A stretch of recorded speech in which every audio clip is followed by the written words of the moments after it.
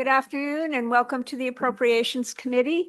We are continuing with our voting in connection with LD 2212, which is the governor's supplemental budget.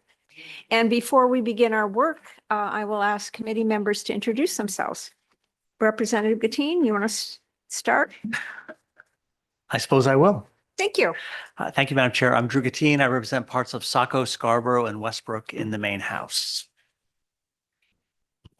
Good afternoon. I'm Cameron Rennie. I represent Senate District 13, which is most of Lincoln County in the towns of Washington and Windsor. Good afternoon, everyone. I'm Senator Sue Bernard, and I represent 37 communities in northern Aroostook County. Good afternoon.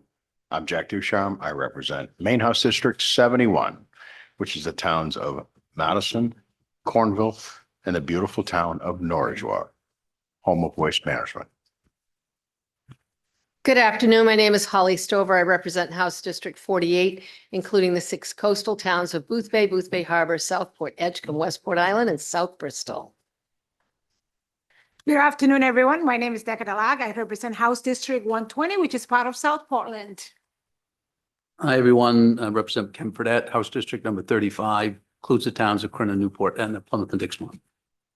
Good afternoon. My name is Michael Brennan, and I represent District 115, which is part of Portland. Hello, everyone. My name is Mark Blair. I represent House District 138, which is Cornish, Leamington, and part of Hollis and Buxton.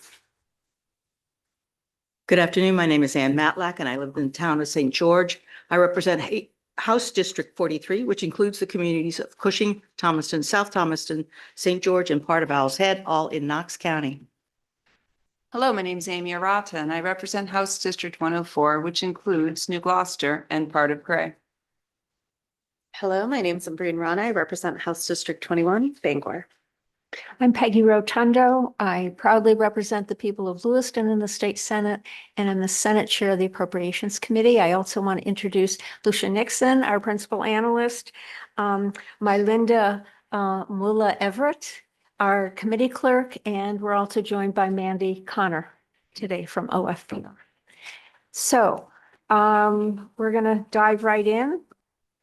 I believe we have some lines. We will start with some of the We'll start with the non-HHS. The non-HHS lines, lines. Yes, Thank please.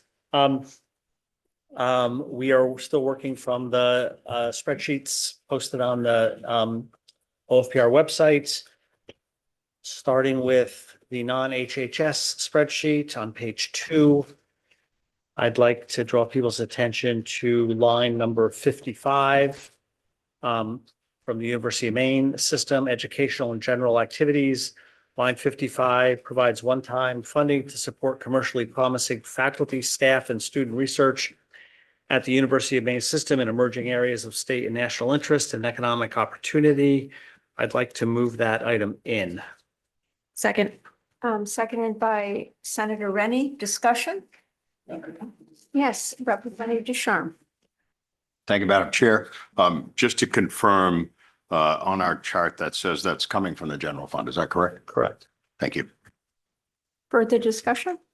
All in favor? It's unanimous. Thank you. The next item I'd like to take up is line number 61 in the Department of Energy Resources, provides funding to meet a significant need for investment in grid resilience and provides matching funding for an estimated $4.4 million in future federal funding. I'd like to move that item out. Second. Discussion? Yes, Representative Fredette.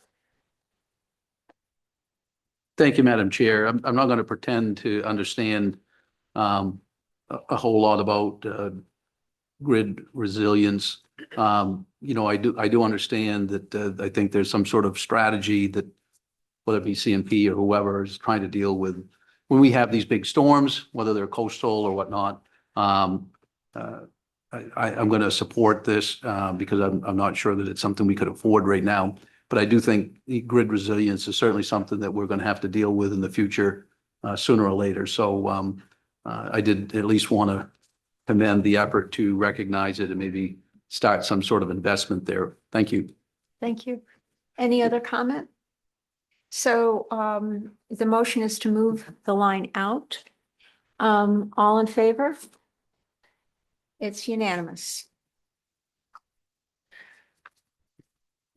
Madam Chair, I'd like to draw our attention to line number 77 in the Emergency Housing Relief Fund Program, provides one-time funding for the Community Aging in Place Grant Program for 2 years to provide services through nonprofit organizations around the state to eligible low-income elderly and disabled homeowners. I'd like to move line 77 in. Second. Discussion? Yes, Representative Ducharme. Thank you, Madam Chair.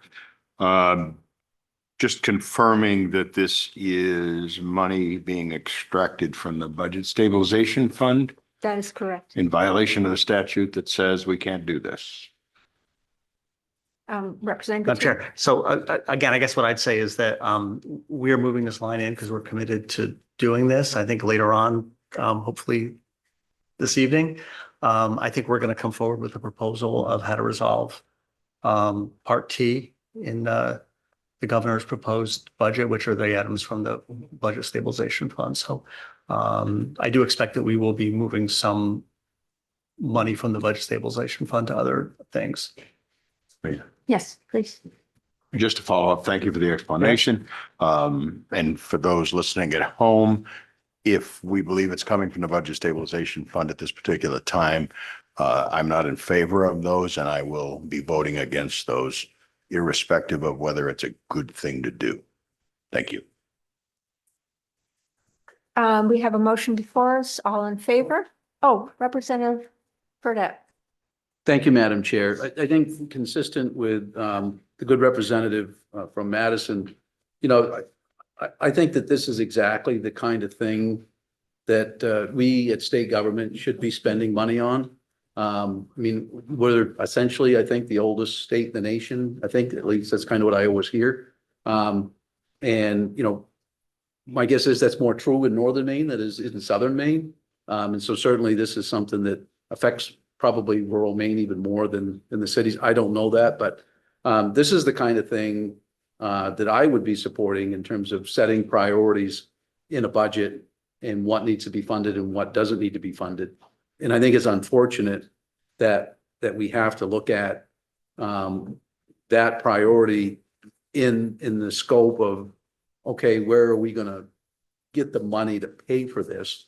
You know, because in my opinion, you know, there are ways to fund this, whether it would be through other special revenue services or through, you know, the general fund. I mean, I guess that to me would be the more simple, direct line, because I do think this is a real need for lots of Mainers. And, you know, I think we all know of stories where people are staying home taking care of their parents instead of being in the workforce.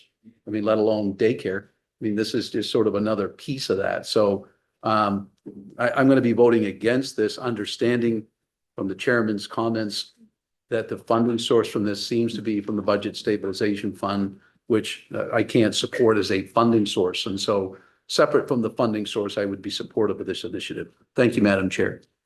Yes, and Representative Bleier. Thank you, Madam Chair, and I agree with my colleague. I do support this program. I think it's a good program, especially for the elderly population. But the funding source is the issue. We have resources here. We're going to be pulling a lot of funds later from personal services.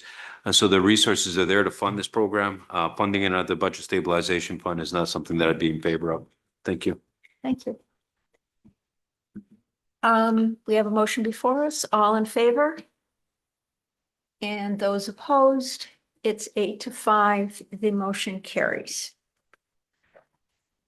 Thank you, Madam Chair. I'd like to draw members' attention to line 78 on the non-HHS spreadsheet in the Maine State Housing Authority Emergency Housing Relief Fund Program.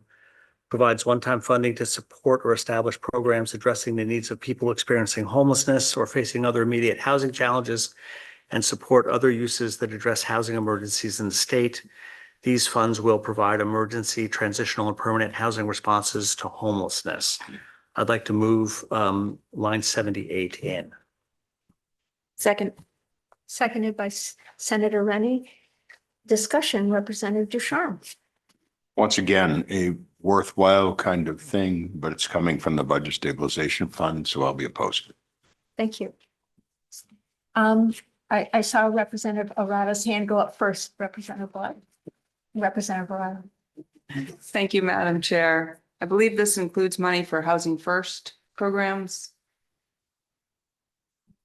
I am not sure that that's the case. I think that money comes from money that is transferred from money collected from the real estate transfer tax. That's a separate. I think that's a separate account and a separate Account. program. Yep. Okay, but this money for this program, this $12 million is coming from the Budget Stabilization Fund, though. That's predicted. I mean, again, I The think plan. we're going to come forward with a proposal on how we're going to resolve T Well- later, and I imagine there's a chance it will. Yes. Okay, well, so that you're not in suspense, I'm going to oppose this because it looks here like it's going to come Yeah. from there. Yeah. Thank you.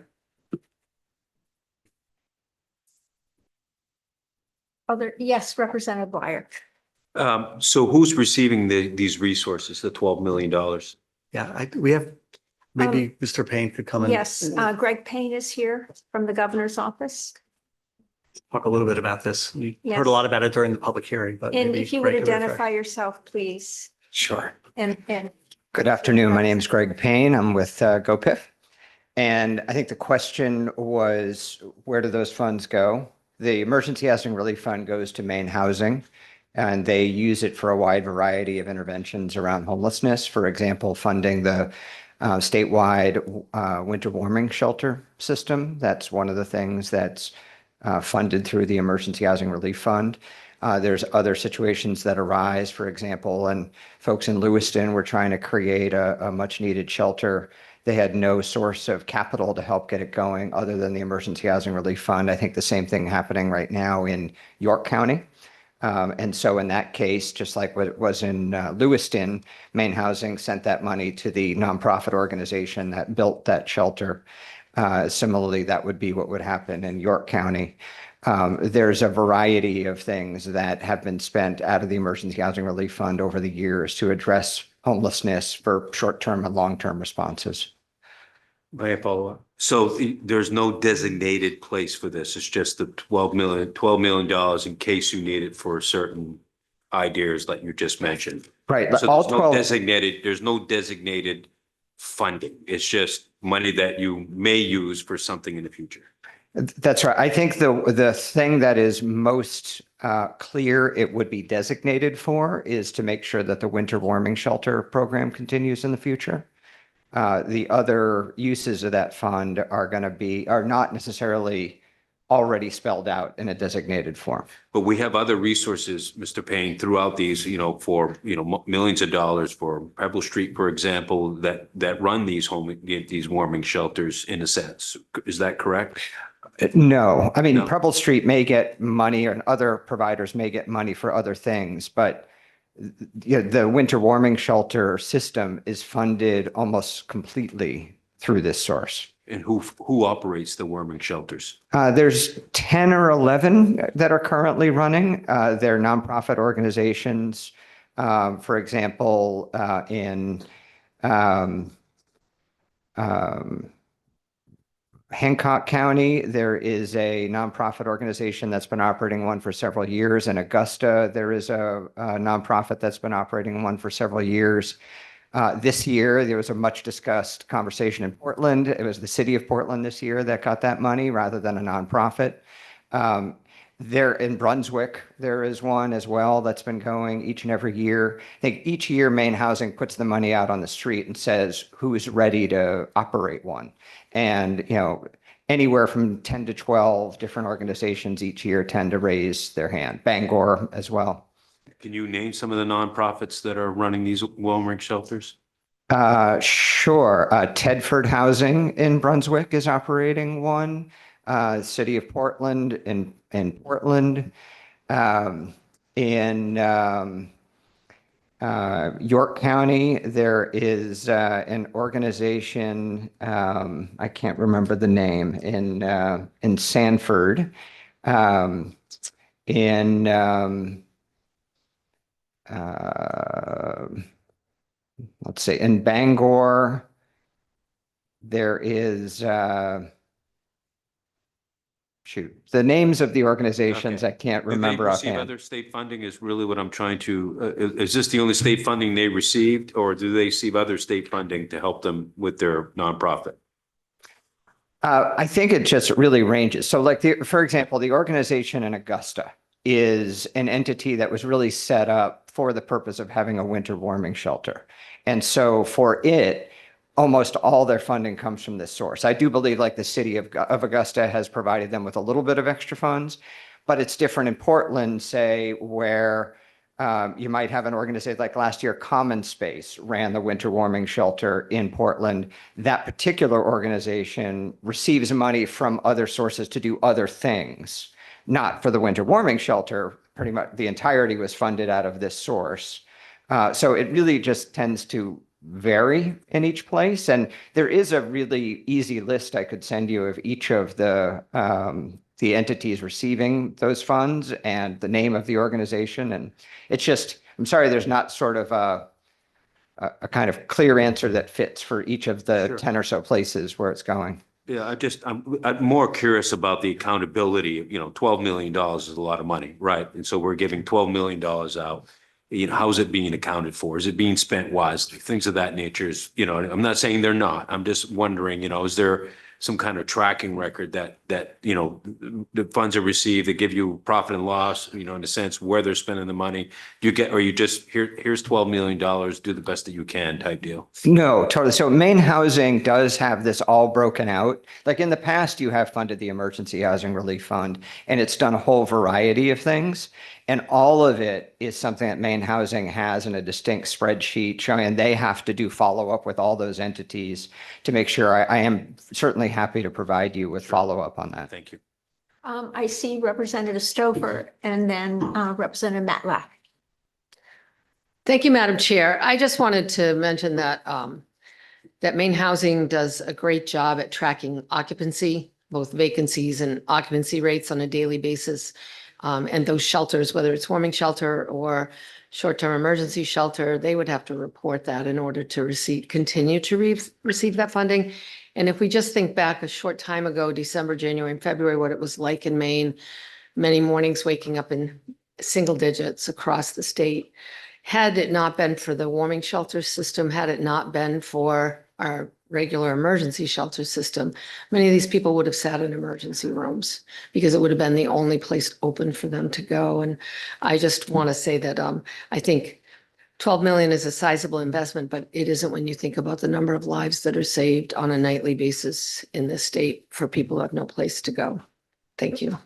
Thank you, Representative Matlack. Thank you, Madam Chair. I quickly looked up where the warming shelters are in Maine, under the umbrella of Maine Housing, the Bangor Area Homeless Shelter, the City of Portland, City of Stanford, Healthy Acadia, Homeless Services of Aroostook, Mid-Maine Homeless Shelter, New Beginnings Lewiston, Seeds of Hope Biddeford, Augusta Emergency Overnight Warming Center, State Street Church in Portland, and Tedford. See, now if I had just had that in my head the whole time, I could have said that. Representative Ducharme and then Representative. Thank you, Madam Chair. Going up to a 30,000-foot level, I've been sitting around this horseshoe for now 3 terms. And in every term, we've been appropriating a bunch of money to deal with, to provide for some way, shape, or form folks who are homeless. My question is, with all of the money that we have spent, do we know if we are reducing the numbers of folks that need this help, or are we simply perpetuating a lifestyle? And I don't mean that in a negative way. What I mean is, it seems to me that there's an insatiable need for funds for these things when we should be looking at solutions as opposed to continually putting money at the issue. And we've heard in other areas where another group that we spent a whole lot of money with came in and said, it's not about the money. It's about regulation. And of course, I was really happy about that because I've been saying that for 6 years. But I just want to make sure that if we're tracking these, I'd like to see numbers. Okay, we think this is where we think we're at this. And I know it's hard because homeless people don't check the box when they walk through the door, I wouldn't think. But I think that we have to focus on fixing the problem as opposed to perpetuating it. And I would like to have your response to that. Sure. I think this is, and we talk about this a lot in HED, is we have a big structural long-term problem with our lack of housing. And to the degree we can't fix that and address it, homelessness becomes sort of a mathematical inevitability. And so we try to do a range of things in our work on housing and homelessness. Certainly the committee has, all of you have in the past. And the reality is that, yes, we allocate funds to address homelessness. That's not because, people are kind of being enabled in some way to be homeless. I think the general sense is that it's sort of hellish for just about anybody who experiences it. But it's more about the fact that when we lack the housing that people need, and there's simply this mismatch between supply and demand, homelessness happens and will continue to until we have adequate housing. And I think this group of people and your predecessors have done a really admirable job in the last several years of allocating more funds for housing. I think, for example, in the case of homelessness, the Home for Good initiative, which is specifically aimed at making sure that people who have been experiencing chronic homelessness for more than a year, multiple conditions, that they have permanent housing options in the future, that is lifting off. The AFA in the past has made that happen. There's 8 different communities that are creating 240 units of housing for chronically homeless people. That's in the takeoff mode right now. Those are the folks that's an example of people who often are using shelters for a long time because they lack other options. That will be housing for them. Certainly other programs that we're trying to grow that address housing problems for low-income people, the more that we can create of those, the less people are going to be homeless. I just think that we have to expect that so long as our housing supply is inadequate, homelessness will always be with us. And rather than letting people be outside, it's going to be necessary for us to throw them a lifeline. And I think that that's what this particular fund is trying to do. Representative Arata, and then I would like to be able to move on with a vote so we can keep. Well, thank you. moving. Thank you, Madam Yes, Chair. of I will course. be quick, and I do not have a question. I don't have a question, so you're off the hook. But I did want to express that I really, really wish that this were being funded in a fiscally responsible way so that I could support it, because, over 30 years ago, I got to know my husband when we were both working together in a homeless ministry at our church. And that's where I got to see the depth of his character and realized that that's the type of man I want to spend the rest of my life with. And we got to talk to the people who are unhoused. We got to know them a little bit, and we realized that their issues go far beyond just needing shelter. There's just so much more that's needed. So it really is heartbreaking to me that I can't support this measure today, because it's an important issue to me personally. Thank you, Representative. We have a motion before us. And thank you, Sure. Mr. Payne. We appreciate your being here and answering questions for us. All in favor? And those opposed, it's 8-5, the motion carries. Skip. Skip that. Yeah. Yeah. So actually, I'd like to turn members' attention to line 82. In the main Office of Community Affairs, the Housing Opportunity Program, line 82 provides one-time funding for a 3-year pilot project to provide regionalized building code enforcement. I'd like to move that item in. Second.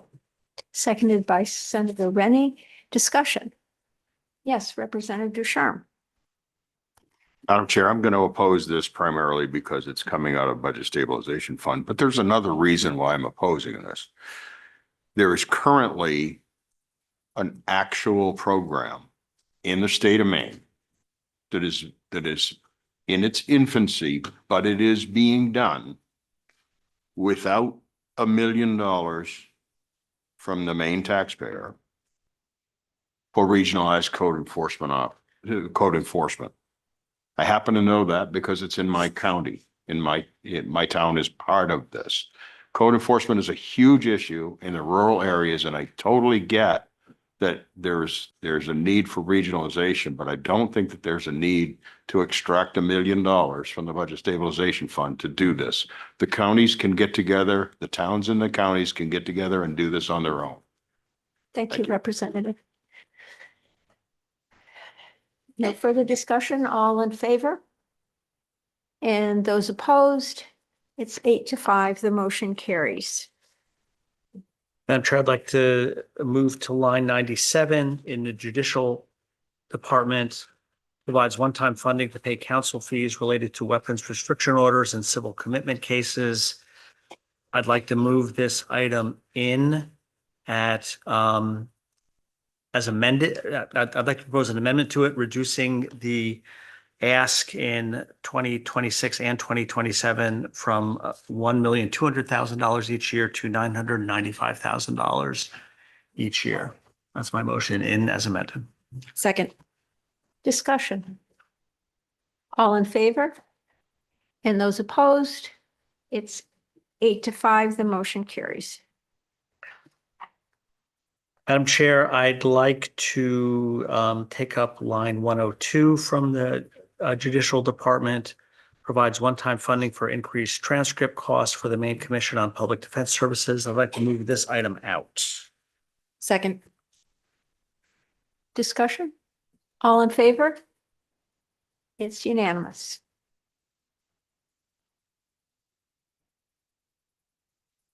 Madam Chair, I'd like to move to line 108.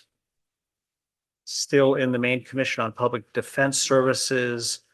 Provides one-time funding to pay for private attorneys and non-counsel vendors who provide indigent legal services.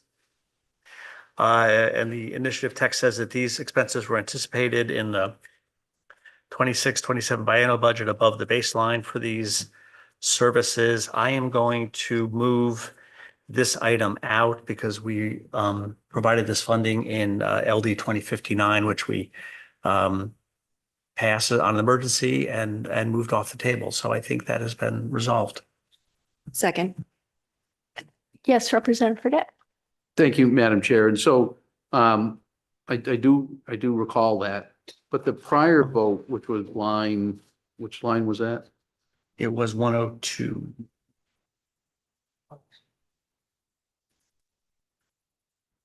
So my recollection is when we were briefed on this, there was two components of funding for lawyers, for lack of a better term, one of which we resolved. Then there's another sort of larger package, which I don't know if it's public defenders or whatnot. Is that still yet to be voted on? Is that what I recall? I think yesterday we voted in, you know about the positions for the public defender? Yes. So I think we voted those in yesterday. We did make some amendments to those positions. So to the request. Okay, thank you. Yep. No further discussion? All in favor? It's unanimous.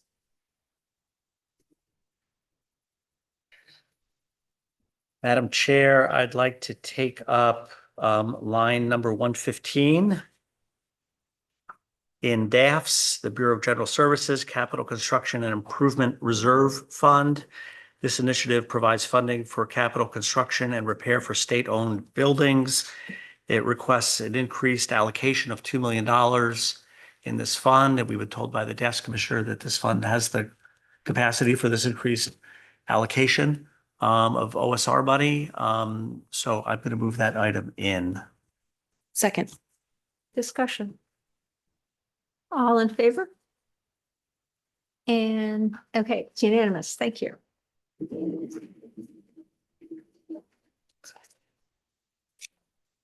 Madam Chair, I'm going to turn members' attention to line 127 under the jurisdiction of the Transportation Committee from the Department of Public Safety, the State Police Program. Line 127 transfers one state police detective position and one SBY specialist position from the Gambling Control Board Program, 100% general fund, to the State Police Program, 65% general fund, and 35% highway fund, and provides funding for related all other costs. The Policy Committee recommended an out on this, and I believe in their budget, they also voted this item out. So in order to be consistent, I'm going to move this item out. Second. Discussion. Yes, Representative Fredette. Thank you, Madam Chair. I sort of follow up on my questions such as I had the previous one. My understanding is Representative Wayne Perry sits in back of me in the House. He sits on the Transportation Committee and he has for 14 years or 12 years. We were talking yesterday about, I think what he referred to was a $13 million, I don't know if it was a hole or whatever, but is that something that we still have yet to work on in this budget? I'm getting a nod from Representative Gattine. Yeah, I mean, in the change package, the governor has proposed to fill that hole. Yep. By moving general fund money over to the highway fund. Yep. And we haven't voted those Okay, I lines just yet. wanted to make sure Yep. sometimes. Yeah. It's in language. All right, thank you. No further discussion. All in favor? It's unanimous. Madam Chair, the next line I'd like to take up is line 128 from the Department of Public Safety. The State Police Program establishes 4 state police detective positions and provides funding for related all other costs. You can see that the original recommendation from the the recommendation from the Transportation Committee was that this be out, but I believe they did do some more work on their budget yesterday and voted this item in. So I'm going to suggest that we also go in so that the funding all stays together. So I'm going to move 128 in. As amended? No, I'm moving 120. I'm moving 128. Oh, sorry. Yep. Second. Yes, Representative Ducharme. Just for clarity, so everybody understands, these 4 state police detectives, I believe those are the executive protection unit positions that we had talked about. Okay, that's what I want to know. Further discussion? All in favor? It's unanimous. Madam Chair, I'd like to take up line 129 still in the State Police Program. I'm going to read the original initiative text and I'm going to offer an amendment. So the original proposal establishes 1 state police corporal position, 1 state police lieutenant position, and 3 state police specialist positions, and provides funding for related all other costs for additional staffing related to Public Law 2023, Chapter 675. This initiative also provides funding for 5 Ford Police Interceptor utility hybrid vehicles for these 5 positions. Again, the Transportation Committee originally recommended that they would be out on these. I think they reconsidered their position yesterday when they worked on their budget. And they have are proposing to fund in their budget 1 lieutenant, 1 car, and the associated all other costs for that position. So I'm going to move 129 in as amended to align with the vote that the Transportation Committee took yesterday. Second. Discussion. All in favor? It's, and those, okay, it's unanimous. You're opposed. Okay, so it is 12-1 and the motion carries. Madam Chair, I'd like to take up line 130, still in the state police program.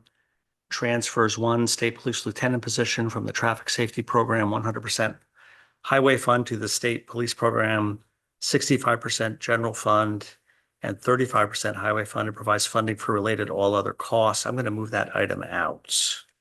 Second. Discussion? All in favor? It's unanimous. And Madam Chair, line 133, in the Department of Public Safety, Gambling Control Board transfers one state police detective position and one SBY specialist position from the Gambling Control Board program, 100% general fund, to the state police program, 65% general fund and 35% highway fund, and provides funding for related all other costs. I'd like to move that item out. Second. Discussion? All in favor? It's unanimous.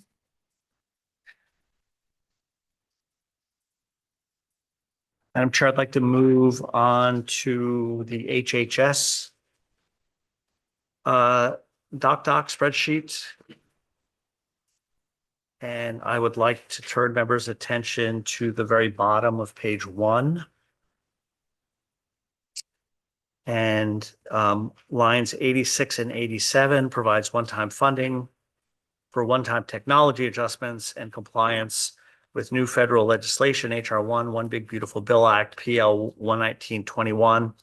I'd like to move 86 and 87 in. Second.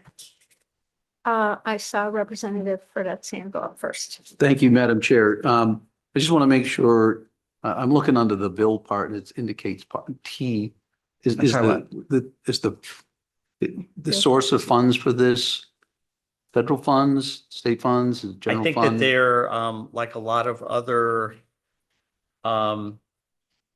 technology upgrades within the department. I think there's state funds, which I think is the OSR amount. Yep. And then I think there's federal matching funds, which is the federal funds. I think it's a lot of times these are done on a 2-to-1 match. And I think that if I'm not doing math on Mike, Right. you know, Yep. but you can see the numbers there kind of aligned with. Thank you. Representative Ducharme and then Representative Bleier. Please go. Just for clarity, this is projected to come out of the Budget Stabilization Fund. This is something that was proposed by the governor to come from the budget Correct. stabilization fund. Correct. I just want to make sure it was clear. Yep. That's all. Thank you. Representative Bleier? That was my question. Okay. We have a motion on the floor. All in favor? And those opposed? It's 8-5. The motion carries. Madam Chair, I'd like to turn members' attention to line 144 in the medical care payment to providers program.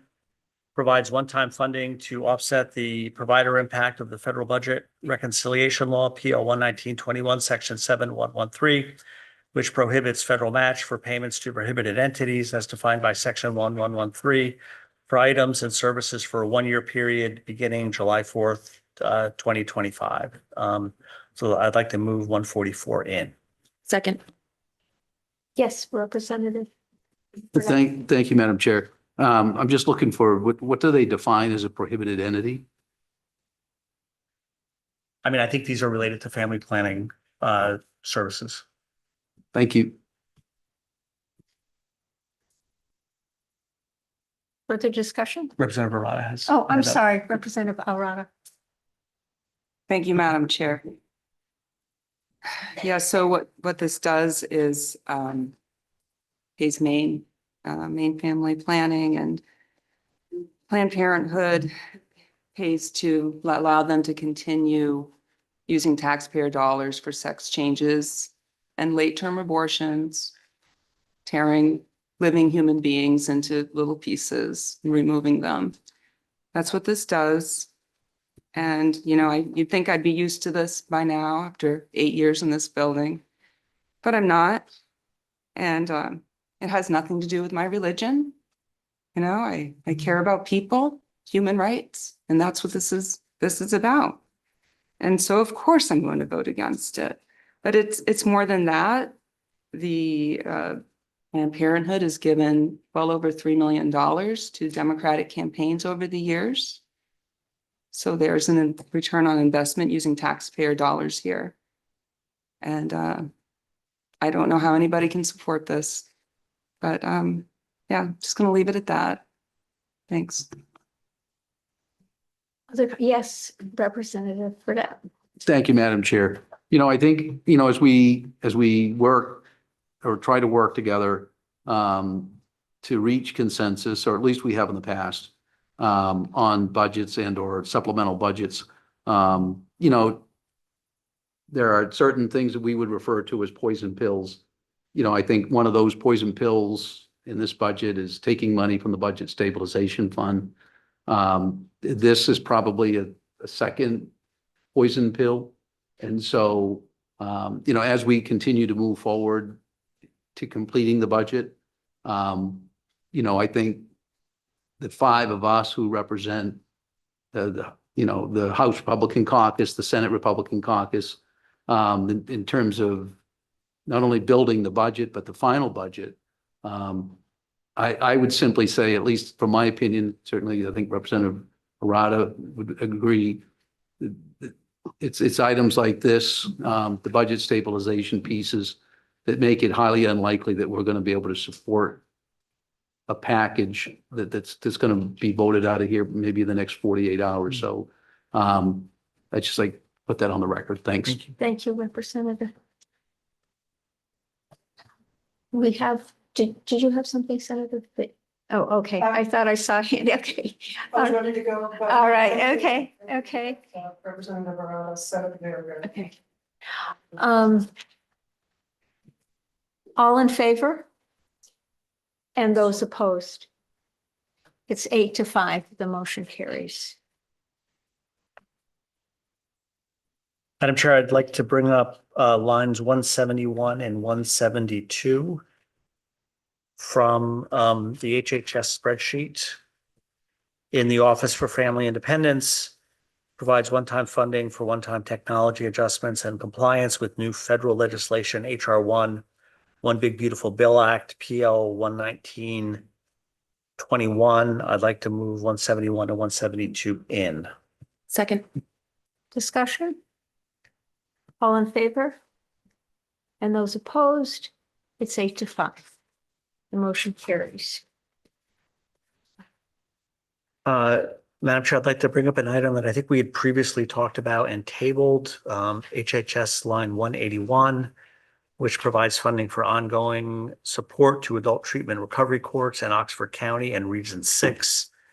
I'd like to move line 181 in. Second. Representative Ducharme. Thank you, Madam Chair. When we talked about this item before, I suggested that we use the opioid recovery fund. And to date, I have not been able to get any answers from either the AG or the administration on this. So I'm gonna vote against this because I think that there's a better way to do it in the funding stream. Thank you. Any further discussion? Yes, Representative Fredette. Thank you. And I, following up on Representative Ducharme's question, just as I'm looking at the sheet, it indicates on here, it says the fund is the general fund. So is this is the general fund? Yes. Okay, thank you. All in favor of the motion? Horace? Okay. And those opposed? Okay. So there were three. Okay, can I see hands again? All in favor? Okay, and those opposed? Okay. 3, yeah, 9-3. The motion carries. Sorry, Language. please.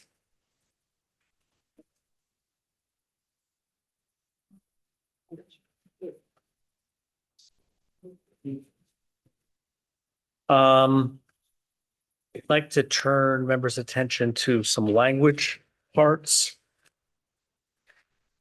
The first one I'd like to take up is Part I, which, came to us from the SLG committee, allows state postal services to be available to the university system, any political subdivision or educational institution in the state or qualifying nonprofit, codifies the state purchasing guard program as a component of the central services division. I'd like to move this item in.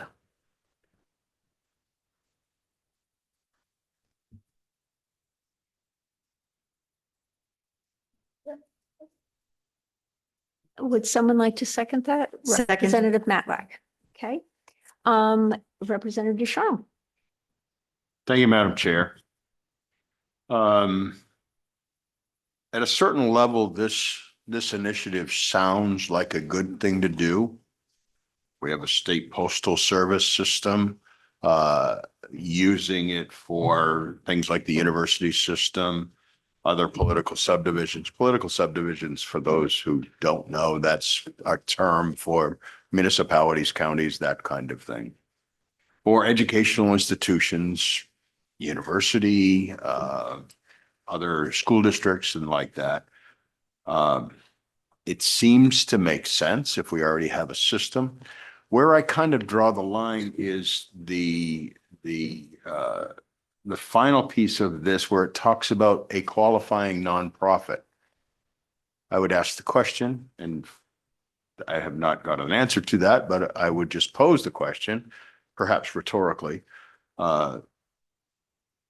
Who is a qualifying nonprofit, and who makes that determination? Is that determination going to be made at the second floor level in the chief executive's office? Is it going to be made at this level? And how do we get to there? And who knows who qualifies?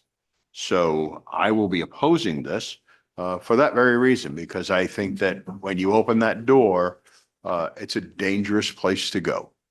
Thank you. Representative Sharm, the DAF's commissioner might be able to answer that. I don't know.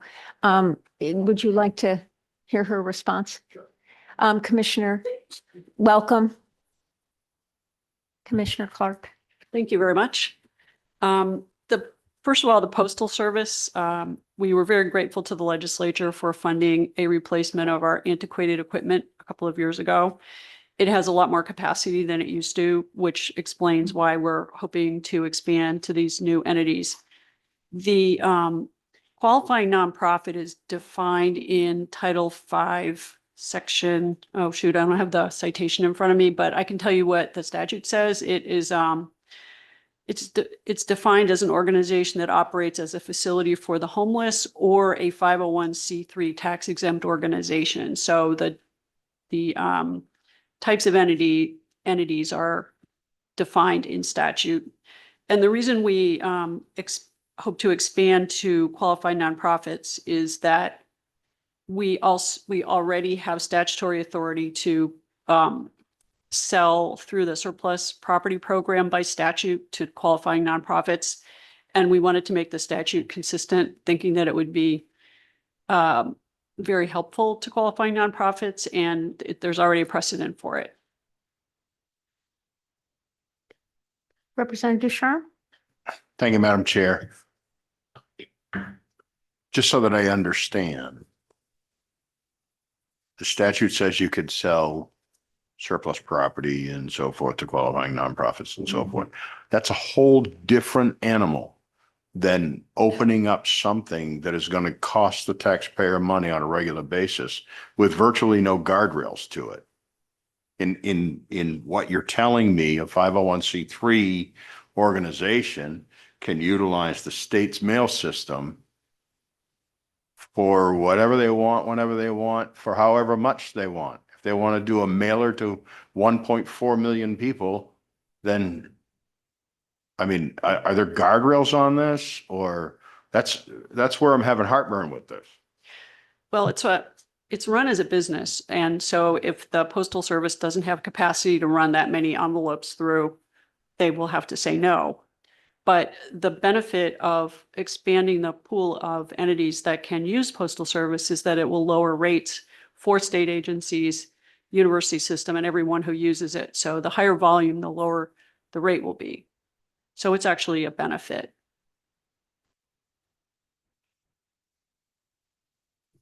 Yes, Representative Blyer. Oh, I'm sorry. Oh, I'm Representative sorry. Griffin. I was simply going to thank you for your explanation. I'm not sure that I'd buy it, but thank you. So for Representative me, Blyer. it's a little more clarifying. So are the nonprofits just getting the benefit of the mailer, or is the taxpayer paying for the mailing? No, they'll pay a rate to the postal service. So, but they'll get a discounted rate. They'll get a discounted rate. And Right. is there anything that prohibits them from mailing out mailers for political campaigns? Honestly, I don't know the answer to that. But if I would think a nonprofit would not Well, be able to that's engage right. in By political definition of being a activities. nonprofit. Yeah. That's right. That nonprofits cannot engage in political activity.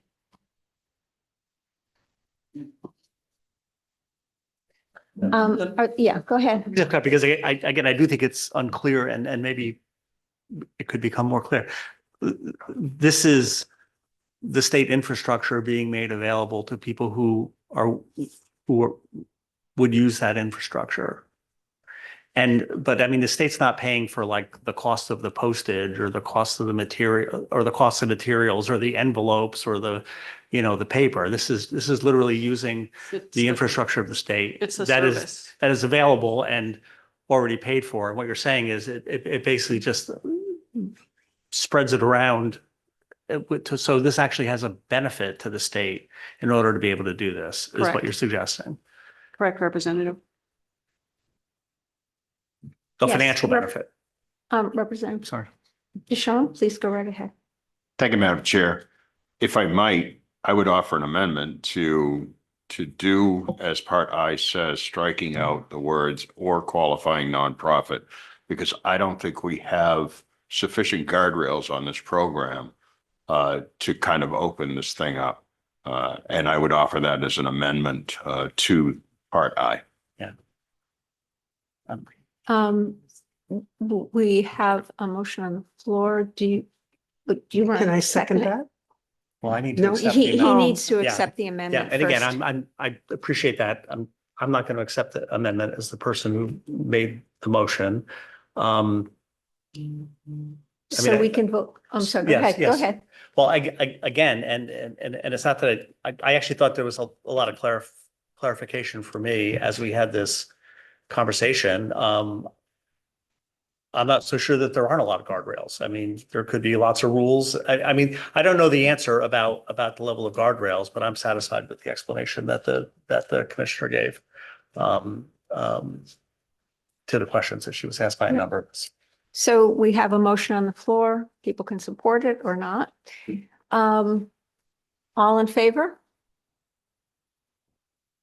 And those opposed?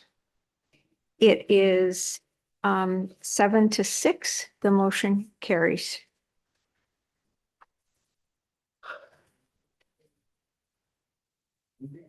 Madam Chair,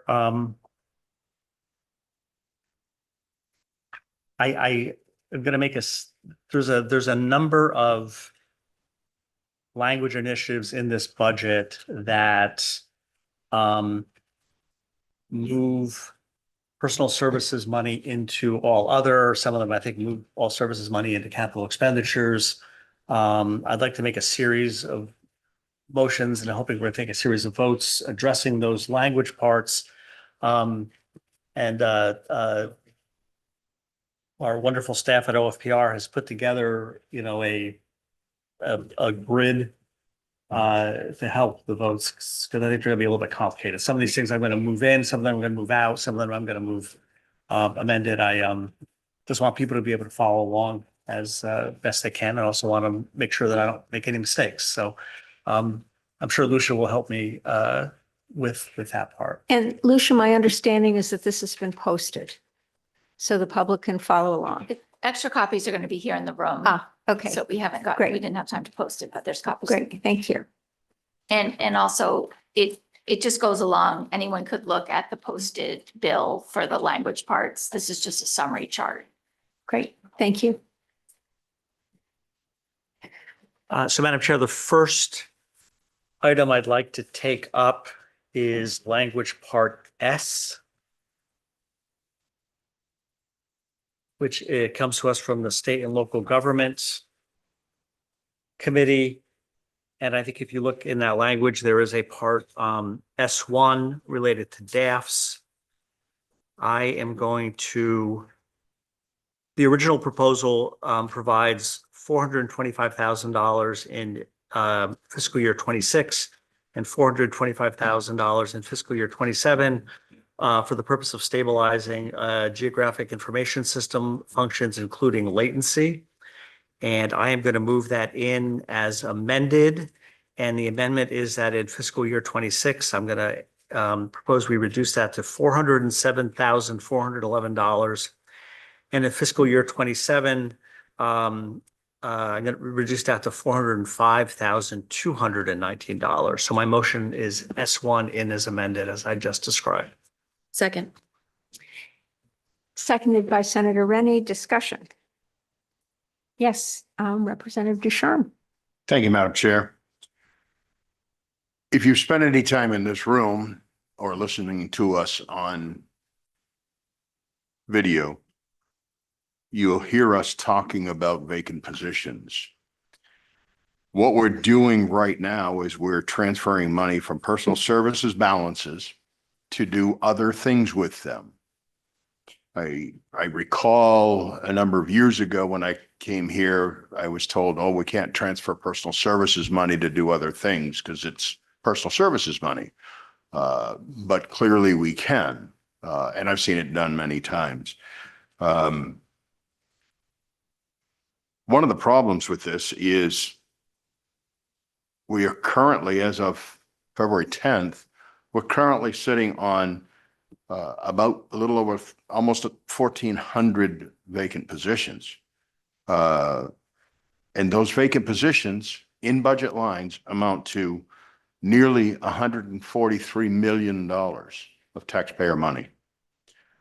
So now we are realizing that we got other stuff we want to do and we don't need the positions. So we're going to take the money from the personal services from the current biennium. Understand that we're only taking the money from the current biennium and moving it into an all other or wherever it's going to be moved to. The next biennial budget will come through and those positions will remain in various departmental budget lines, and they will be, unless they are removed by the department or this committee, will be refunded in the next biennial budget for another $140 million worth of unfilled positions. So just for clarity, that's what this is all about. We're using money from unfilled positions to do other things with. I may support some of them because some of the things we really need to do. But at the same time, folks ought to know when we're up here railing about vacant positions, this is part of the reason. Thank you. Further discussion? All in favor? And those opposed? Okay, it is. Okay, it was 11-2, I believe. Yep. Madam Chair, I'd like to turn members' attention to language part AA. And part AA, if you look at the language, has a number of sections related to it. So I'm going to go section by section. So AA1 from the ACF department in the Program Main Conservation Corps proposed to fund 4 vehicle leases from current services. I'm going to move AA1 out. Second. Discussion? All in favor? It's unanimous. Madam Chair, AA2 in still in ACF in the natural areas program. Again, uses funds to fund early detection and rapid response to eradicate invasive stiltgrass. I'm going to move AA2 in. Second. Discussion? All in favor? And those opposed? It's 11-2. The motion carries. Madam Chair, with respect to AA3 in the natural areas program, provides funding for an update to Maine's official list of threatened and endangered plants. I'm going to move AA3 in. Second. Discussion? All in favor? It's unanimous. Madam Chair, with respect to AA4, which is in the DACF administration account, this is going to fund an upgrade to the Land Use Planning Commission Geographic Oriented Action Tracker Database, geographic information system expenses, and equipment and licenses required to utilize the human resource management system. I'm going to amend A4 to provide $17,589 of funding in fiscal year 26 and $19,781 in fiscal year 27. So I'm going to move it in as amended, as I just described. Second. Discussion? All in favor? And those, yeah, okay, it's unanimous. Madam Chair, AA5 from the Maine Land Use Planning Commission. This item would fund stakeholder engagement in preparation for updates to the comprehensive land use plan. I'd like to move AA5 in. Second. Discussion? Yes, Representative Ducharme. Perhaps you've already told me and I've forgotten, but what does funding stakeholder engagement in preparation of updates of comprehensive land use plan? What does that mean? I think we have folks from the department here, but I'm going to, well, we might have some folks from DACF here that could answer that question. At least they have been here. I assume that means that they have to update the plan and they have to do, and that they have to do a series of stakeholder meetings, maybe even public meetings. But I'm going to let the commissioner tell me if I'm right or wrong. Would you introduce yourself, please, Commissioner? Thank you. Yes, hello, good afternoon. Senator Rotundo, Representative Gattine, and members of the AFA Committee. I am Amanda Beal, and I am the Commissioner of the Maine Department of Agriculture, Conservation, and Forestry. And so I think you were asking about the LUPC Comprehensive Land Use Planning process. That is a very, that's a very robust process. It takes a few years for them to actually work their way through these updates and to put this plan together. And there are a lot of stakeholder engagement opportunities, which means we want to hear from people about what they want to see in terms of what's in this plan. And so there will be lots of opportunities for that, and that takes a lot of time and staffing resources to actually pull this plan together. So we're looking for some support around facilitation and making sure that we do a good job of outreach, because our land use planning staff are very, very busy. They have a lot of demands on their time, very high workload. And so having that outside support is really critical, we think, to them being able to make sure that they're getting all of the input that they should for a good plan.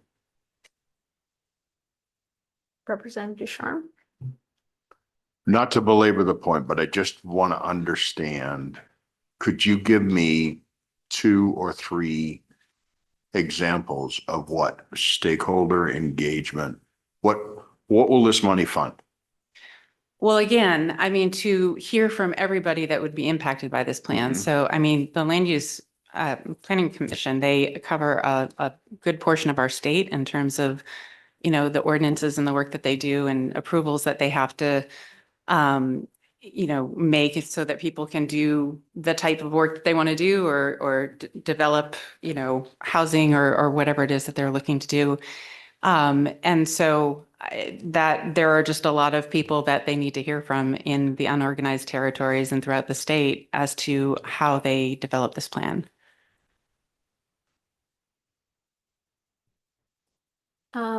Further questions for the commissioner? Thank you very much for being with us today, answering questions. We have a motion before us. All in favor? And those opposed, it's 12-1, the motion carries. Madam Chair, the last item in Part AA is Part AA6 in the Division of Forest Protection. And this would fund facility maintenance at the Old Town Hangar. I'd like to move this item out. Second. Discussion? All in favor? And those opposed? It's 12-1, the motion carries. Madam Chair, language Part BB, Section 1 is in the Office of the Attorney General. And this proposes to fund licensing, maintenance, and support of the case management system and accident licenses for the criminal division. I'd like to move Part BB1 out. Second. Discussion? All in favor? It's unanimous. Madam Chair, looking at Part CC, this has 5 separate parts. Part 1 is in the main state prison account. Funds rising electricity costs, Maine Criminal Justice Academy training costs, rising water and sewer utility costs, and rising costs of contracting with Johnson Controls Fire Protection LP and Siemens Industry Inc. I'd like to move Part CC1 in. Second. Discussion? All in favor? It's unanimous. Part CC2 is in the Correctional Center account, has the same description as the item I just read before. I'd like to move CC2 in. Second. Discussion? All in favor? And those opposed? It's unanimous. CC3 is the same description, but in the Long Creek Youth Development Center account. I'd like to move CC3 in. Second. Discussion? All in favor? It's unanimous. CC4 is in the Mountain View Correctional Facility account. I'd like same description as C1 through 3. I'd like to move CC4 in. Second. Discussion? All in favor? It's unanimous. CC5 in the Department of Corrections in the Adult Community Corrections funds Maine Criminal Justice Academy training costs. I'd like to move CC5 out. Second. Discussion? Representative Sherm. Thank you, Madam Chair.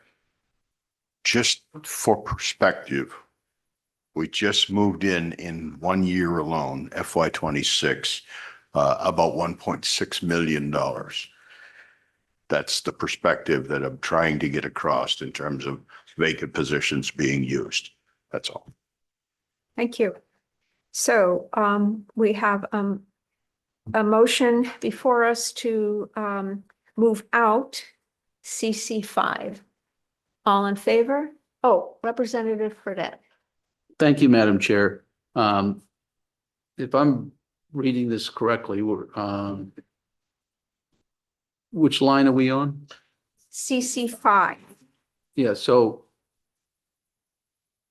if I'm reading it correctly, I mean, the blippy on the right says funding Maine Criminal Justice Academy training costs. Is that right? So,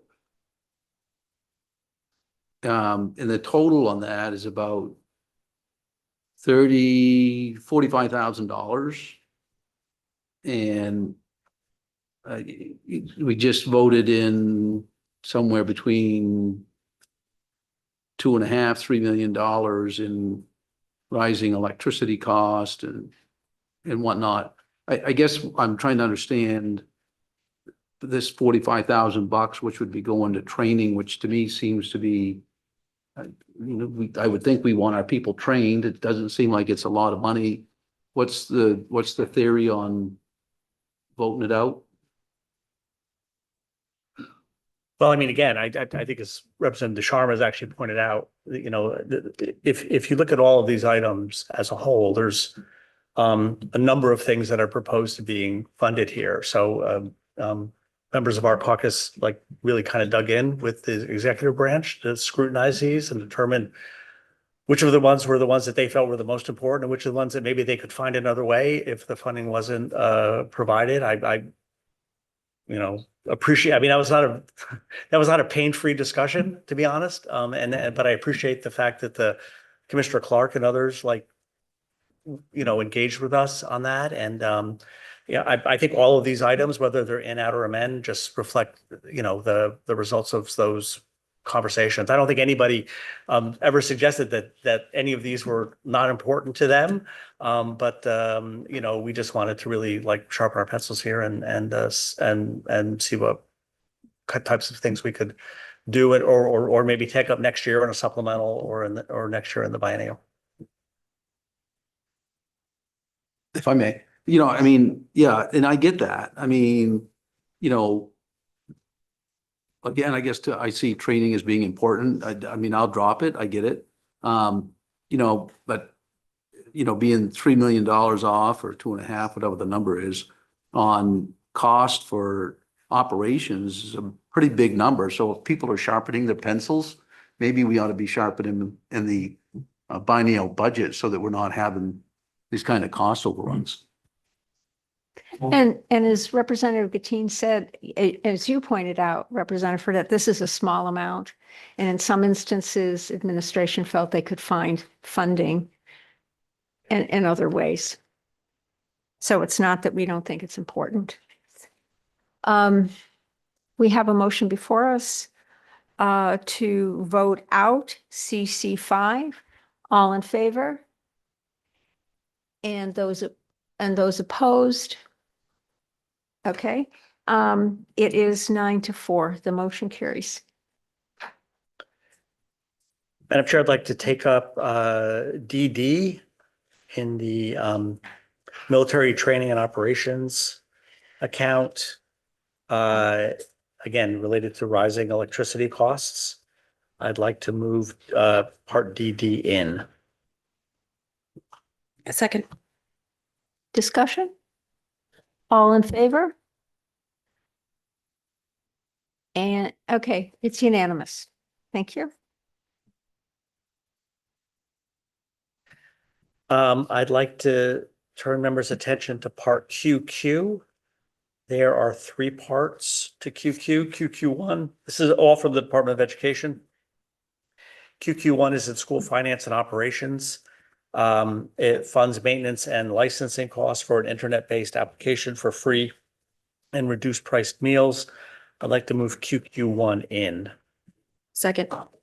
Discussion? All in favor? Oh, Representative Deschamps, sorry. Following up on the kind of focus that Representative Fredette spoke of there, funding for maintenance licensing costs, internet-based application, free and reduced lunch. Why wasn't this in the biennial budget? I mean, we knew that we had to do it then. And I just have that as a question. And as a follow-up, I would say, well, the other was only $45 million. Well, this is only $60 million. So 45,000 and 60,000.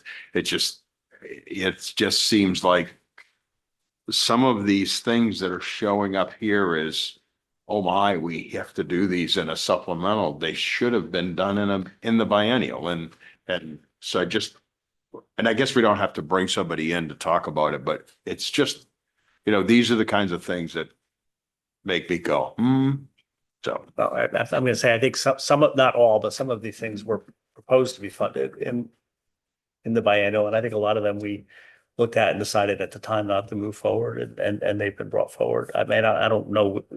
Some of these look familiar, I guess, in terms of some of the votes we took last spring.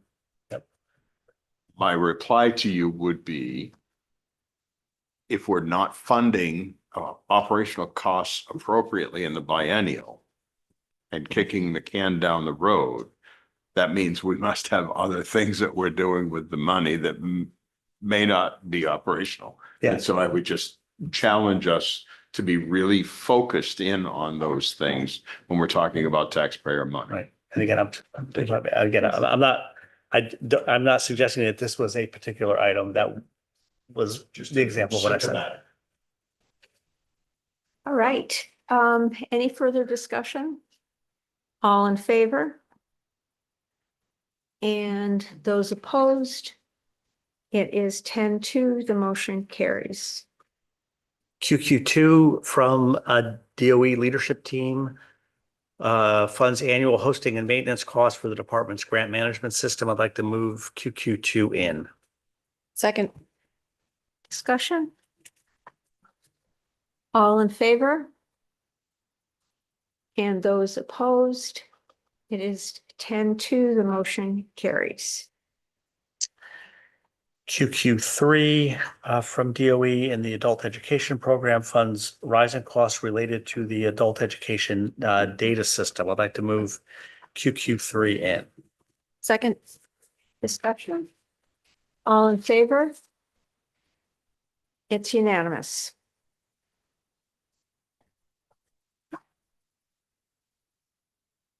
Madam Chair, turning to the second page of this document, I'd like to turn members' attention to Part EEE.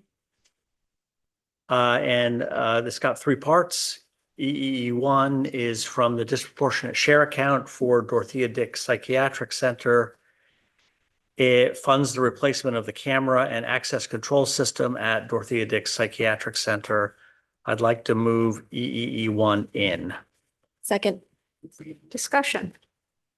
All in favor? It's unanimous. Madam Chair, EEE2 still in DHHS and the Office of Main Care Services proposes to fund rate determinations for main care services. The proposed amount is $550,000 in fiscal year 26 and $800,000 in fiscal year 27. I'd like to move that in, amended to $550,000 in each of the 2 years. Second. Discussion? All in favor? And those opposed? It's 11-1. The motion carries. EEE3 in the Office of Main Care Services is proposed to fund a comprehensive benchmarking analysis for Medicaid rates as required by Maine Revised Statutes Title 22, Section 3173J and federal access rule requirements. I'm going to move EE3 out. Second. Discussion? Representative Fredette and then Representative Ducharme. I'm just, I'm reading the blip beat. I'm just trying to make sure I understand. And someone's from the department is here. It says, as required by Maine statute. And so, why aren't we following it if it's required by Maine statute?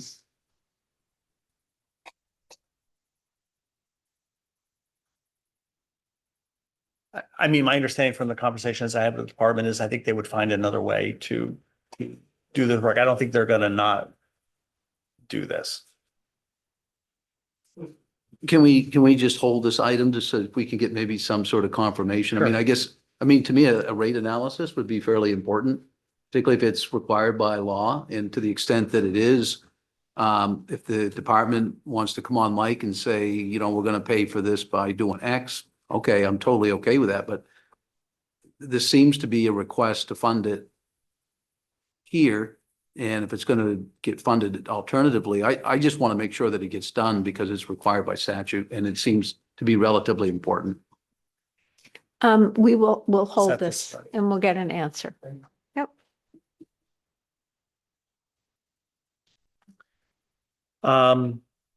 HHH is the next item. HHH1 from the judiciary funds temporary clerk services, marshal services contracts, guardians ad litem, interpreters, and mental health services. And actually, I'll move in HH1 and HH2 together because one is for fiscal year 26 and the other is for fiscal year 27. I'd like to move both of those items in. Second. Discussion? All in favor? It's unanimous. I'm trying to skip over part III. I'd like to move to part KKK and within the main state library system, funding, which funds new signage to comply with accessibility codes. I'd like to move this item out. Second. Discussion? All in favor of moving this item out? It's unanimous.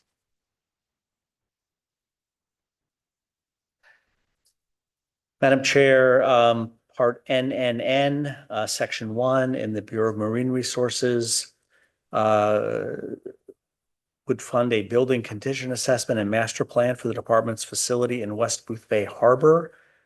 I'm going to propose we move NNN out. Second. Discussion? All in favor? It's unanimous. Madam Chair, the last item has 4 different parts coming to us from the state police. The first is PPP1,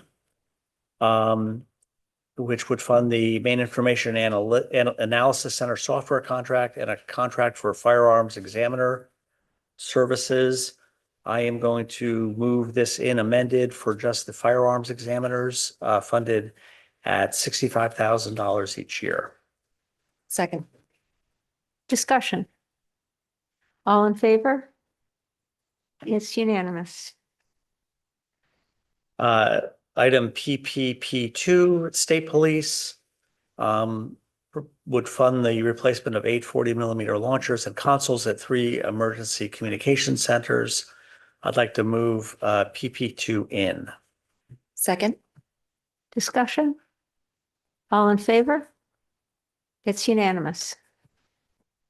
PPP3, still in the state police, funds a roof replacement at the K-9 office, parking lot and driveway resurfacing at the Alfred Barracks, a heat pump and generator for the Pittsfield Barracks, and updating the security system at the Bangor Barracks.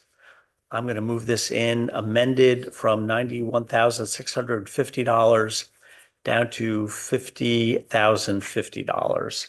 And my understanding is that would cover all of those items except for the resurfacing at the Alfred Barracks.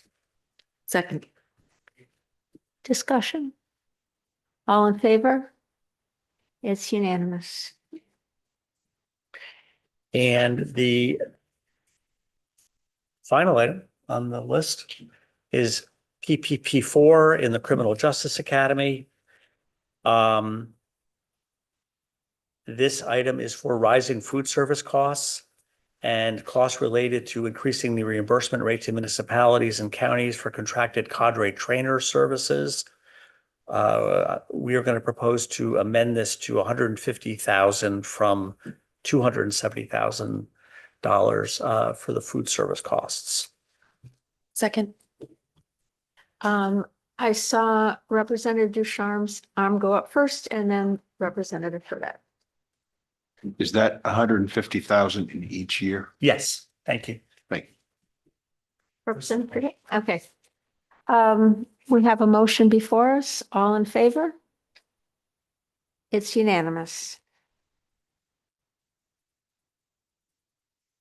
So, I believe that takes care of the lines we were ready to vote on at this point.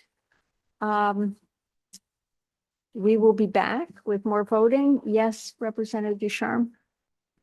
Madam Chair, there was one item that was skipped over on the bottom of this first page, the language parts piece, SS1. We voted that in a couple of weeks ago. Oh, okay. Yeah. I thought it looked familiar, but I Yeah. just saw enough to make sure. Yes. Okay. So, to the audience, we will be back at some point. I would suggest probably that people go get something to eat. Do you think that's fair? Fair assessment? Does that include me? No, you have to stay and keep working. You know, you have to stay and work. So we can, so all of us can get home tonight. Yes, I agree. Yeah, I think now is a good time for people to break and get something to eat. We will be back. We will be back, but not, I would guess not in the next hour. Right? Is that a good assessment? Okay, thanks, everybody.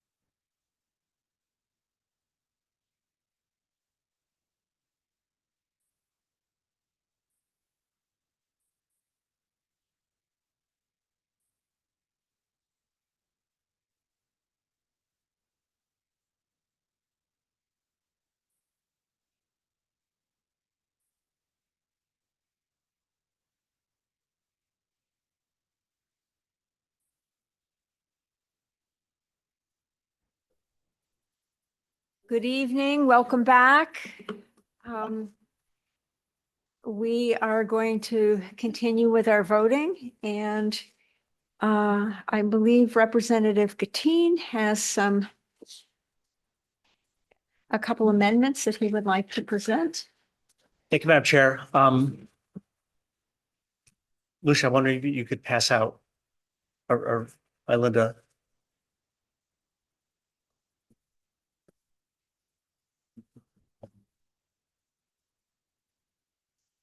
It's the. Thanks.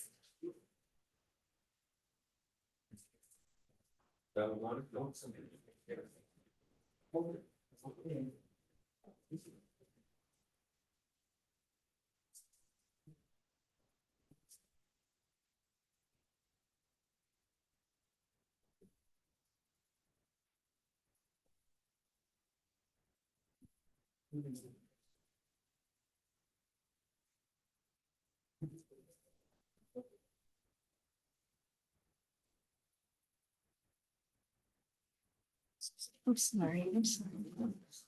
Do you have, are these helpful to you? Yes, They're right there. yep.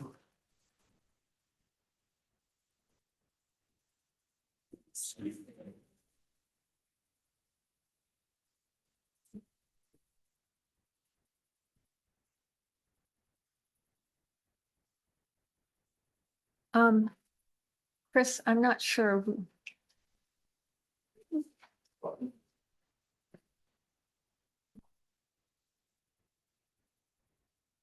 Oh.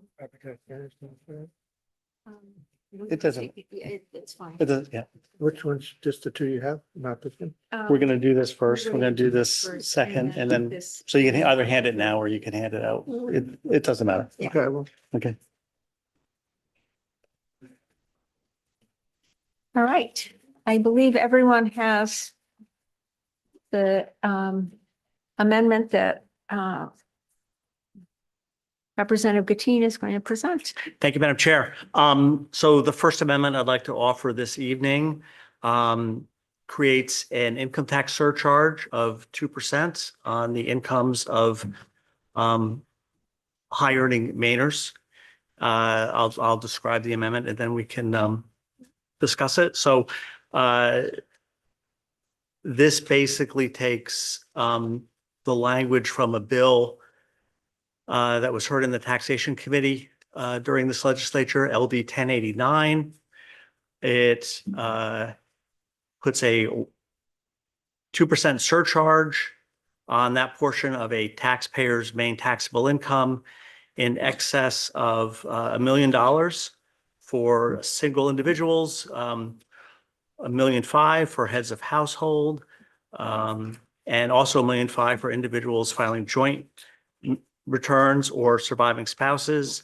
For married persons filing separate returns, it's 1/2 of the applicable amount under paragraph D.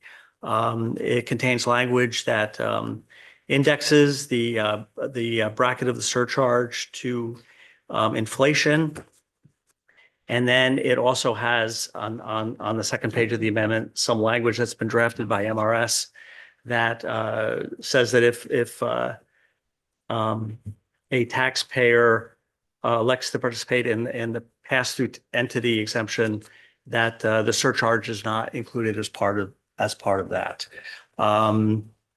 This is an idea that has been discussed in this legislature for a long time. I believe it's a fundamental issue of tax fairness that we ask people with the very highest incomes in Maine to contribute a little bit more to the general fund. This bill is different from LD 1089 in that it does put the proceeds into the general fund. So that is a brief description of the bill, and I would move the language that we put in front of the committee in. Thank you. Do I hear a second?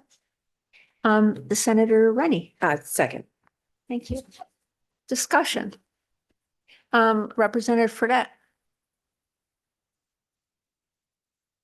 Thank you, Madam Chair. I guess a quick question, Chairman Gatine. Did you just, in regards to pass-through entities, how's this apply to pass-through entities? Subchapter S corporations.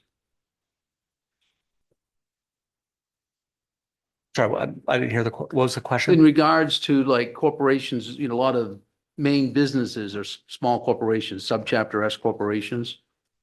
So is there any sort of exemption as applied to somebody running a paving company? I understand. And, maybe they get a W-2 check for 200,000, but the company makes $1 million. Are they paying tax on that as a business?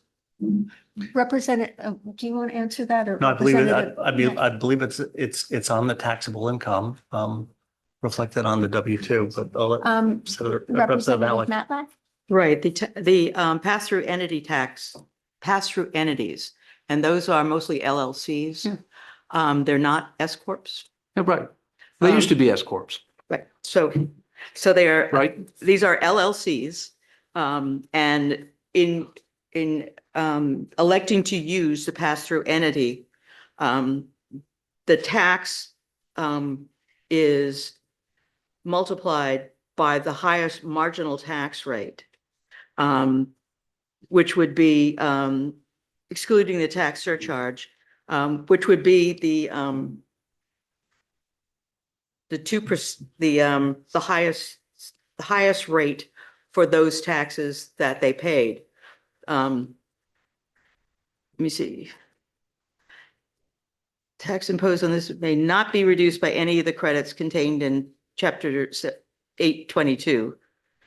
All budgetary accounting purposes receipts from the tax imposed by the subsection is individual tax revenue and must be treated as such for purposes in the same manner as receipts from the tax imposed by Chapter 803. We might want to get Mr. Nolan to assist with this, but I believe what this means is that the tax on the higher rates will be multiplied by the 2%. Mr. Nolan? Thank you. So the language, Chris Nolan, OFPR. The language in N3 just says that in calculating the pass-through entity, it's multiplied by the highest marginal rate, income tax rate, and that is the tax that's calculated as entity, and it excludes the surcharge in that calculation. So, we were just given this.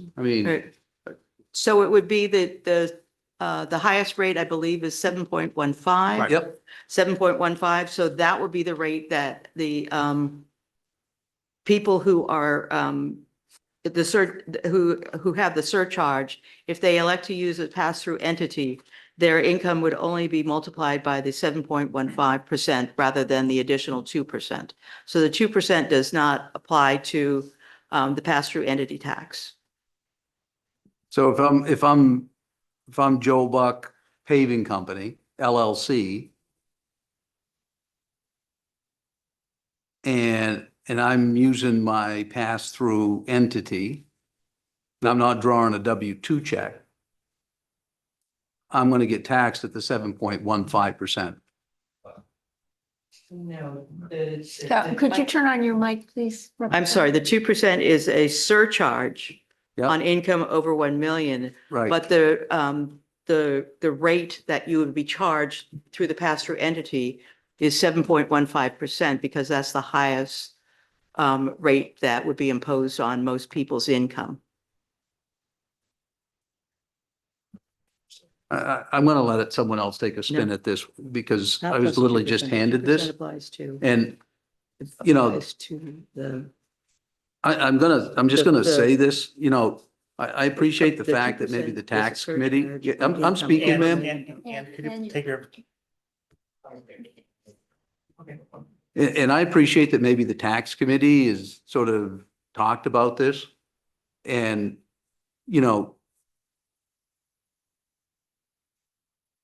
we've had some speakers who come in and talked about taxing the rich.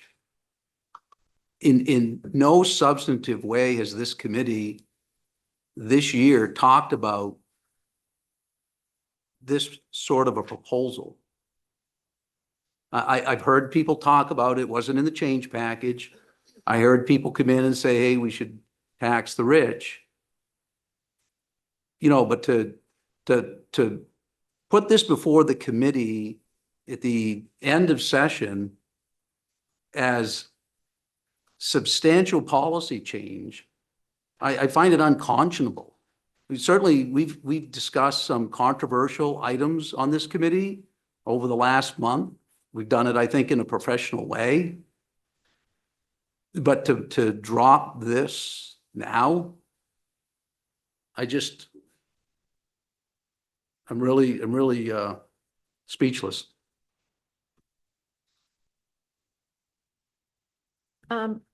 Representative Deschamps, did you have your hand up? Thank you, Madam Chair. Just so everybody understands, this proposal, if enacted in this budget,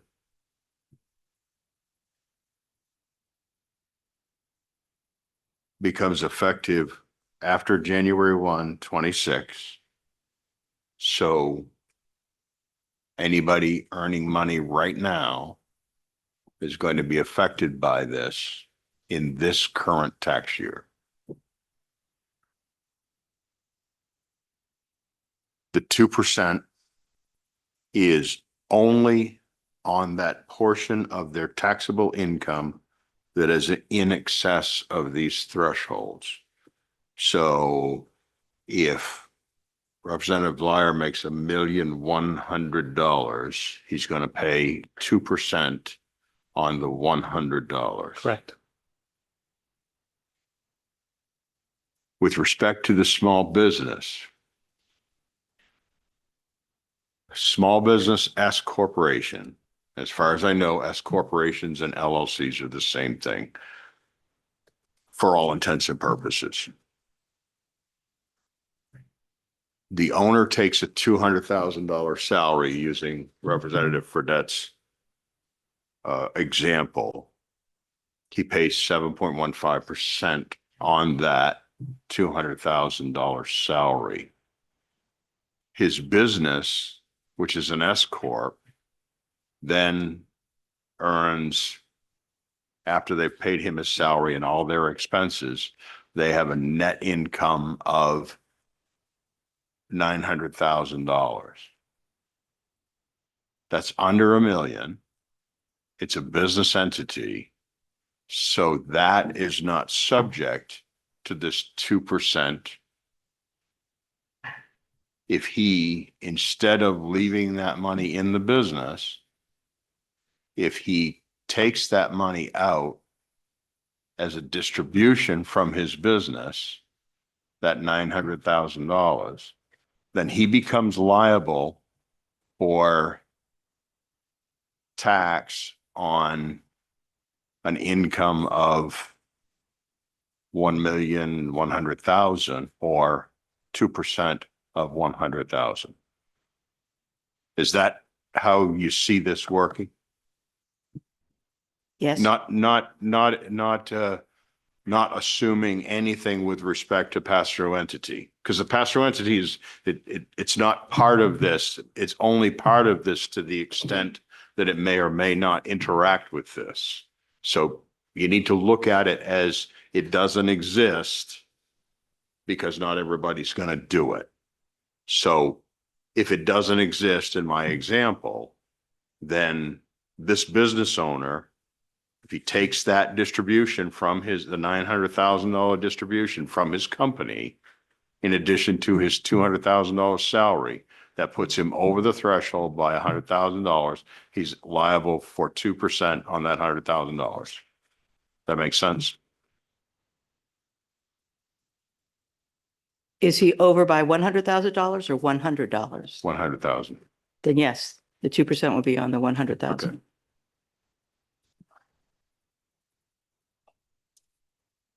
Representative Fredette. So I'm looking at so Representative Matlack, I think this is something you had indicated, or someone had indicated I think the chair indicated it's something the folks, the majority party have talked about for a while. This was voted out of the taxation committee. Was this bill or a similar proposal voted Yes. out of it? 1099 was voted out of the taxation committee Okay. last And- spring. And that passed the House and the Senate? No, it's sitting on the house. It's sitting in the house right now. It's tabled right now. So the bill was passed in 2025, carried over. Never even voted on by the House and the Senate. It was voted on by the House. Not the Senate. I don't believe the Senate voted on it. Wow. I'm looking on the third page, which is the fiscal note. I don't know, Director Nolan, did you calculate these numbers? No, Maine Revenue Services did, but I have no reason to second guess what. Is anybody here from Maine Revenue Services? Is what? What was Is the anybody here from Maine Revenue Services? question? I don't see. Commissioners anyone. here, but. Well, so I guess if I'm reading the line, and then I assume most people, other than this 13 of us, haven't seen this, but I'm reading on the top line for the next biennium. And again, I want to make sure I understand the chart, and I'm going to explain it for people that I was wrong. It was voted in both the House and the Senate. So is the bill down here? No, Did it go to the governor? no. No, So where's the bill? it's in the House. Second Oh, it's reading. just Tabled sitting in in the the House. House. I think it's tabled in the It's House. tabled in the House. Gotcha. 1089. So for people at home or even in the audience that don't maybe have these pieces of paper, I'm reading on the fiscal note. I really don't even want to talk about 27 because I really want to talk about the next biennium. And it says amended individual income tax surcharge of 2%, 1/1/2026. But there's a number of 148,510,000. Is that right, Commissioner Nolan? 148, 510,000. Right. Yes. And underneath that, I'm just trying to understand, there's a number underneath that of 141,084,500. That's the general fund impact because 95% is general fund and 5% is revenue sharing. Okay. So this is a tax increase on Maine people and or entities No, or no entities? sorry. Go ahead. This is a tax on incomes on people over $1 million. Well, I mean, according to the brackets in the Right. bill. But again, I mean, I've had 10 minutes to look at this. And so I'm just trying to work through this because it's important tax policy for people to understand, which is probably going to get passed tonight. Mhm. And so I'm just trying to understand, again, for at least my assumption is, and certainly someone can correct me if I'm wrong, a lot of these people are going to be small business owners. And are we taxing their income as entities? Or is it only on their income? It's my understanding is it's on their income. Okay. So we're not taxing the entities. Because it's flow through? Because it's flow through? So if Joe Buck Paving LLC makes $1.2 million, $200,000 is W-2 income, that's going to get taxed at 7.15%. That leaves $1 million in the LLC. How's that getting taxed, or is it getting taxed? The 7.15% is used to determine what the rate of taxation would be. for the pass-through entities. Right, so the entity is getting taxed. Um, the entity pays the tax, and then they're allowed to, when they pay the tax, they're allowed to claim up to the highest taxable rate of 7.15% rather than anything above the $1 million. I interrupt for a second? I see Lucia raising her hand and maybe she can help us with this. I just wanted to clarify that this income tax surcharge that's being proposed, it's in the individual income tax statutes. So I think we've been talking about a lot of different, So it doesn't go through the entity. no, it's a tax, so it's in the individual income tax, so it's the taxable income of an individual resident. Right.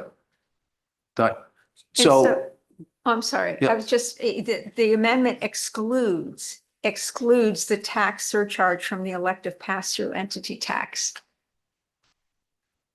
Correct. so and on this third page, what I'm understanding is that if, and I'm gonna do simple math, because I went to a really small school with 19 kids in my class.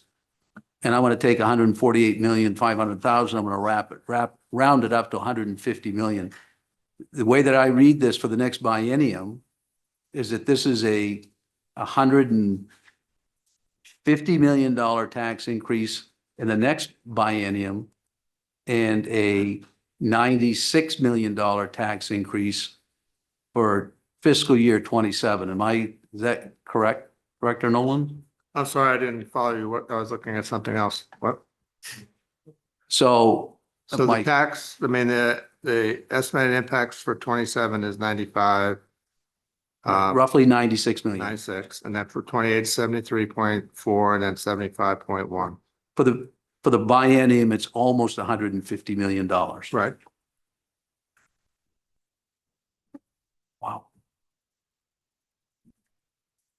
Wow. Representative Ducharme. Thank you, Madam Chair. Just for those wondering for clarity about where this bill 1089 is actually, this bill was defeated in the House by a vote of 70 to 72. It was accepted with an amendment in the Senate by a vote of 19 to 16. It sits waiting for the House to concur with the Senate amendment. And I didn't get a chance to find out what the amendment was, but anyways, regardless. So this is sitting there, and unfortunately, we are now in that witching hour where it's dark and something that we couldn't pass is coming through here. And unfortunately, once again, we're doing things that we couldn't get done in the chamber. So I think this amendment, I have really no interest in voting in favor of it. I think we could probably argue and debate this for another hour or so, and there would be nobody's mind changed around this horseshoe. And I would certainly welcome if somebody thinks they want to make a case for this. But as far as I'm concerned, I'm ready to vote for it unless somebody else wants to talk. Yeah, Representative Breyer. Thank you, Madam Chair. You know, I've been on this committee for 4 years, and this is about the time of night that the boogeyman comes out. And here it is. The truth of the matter, we're not going to change anybody's mind, because I bet you if I was to poll some of the members here at this horseshoe, they wouldn't have any idea what they're voting on. All they know is the need to raise their hand on pass. And that's the truth. This right here, right?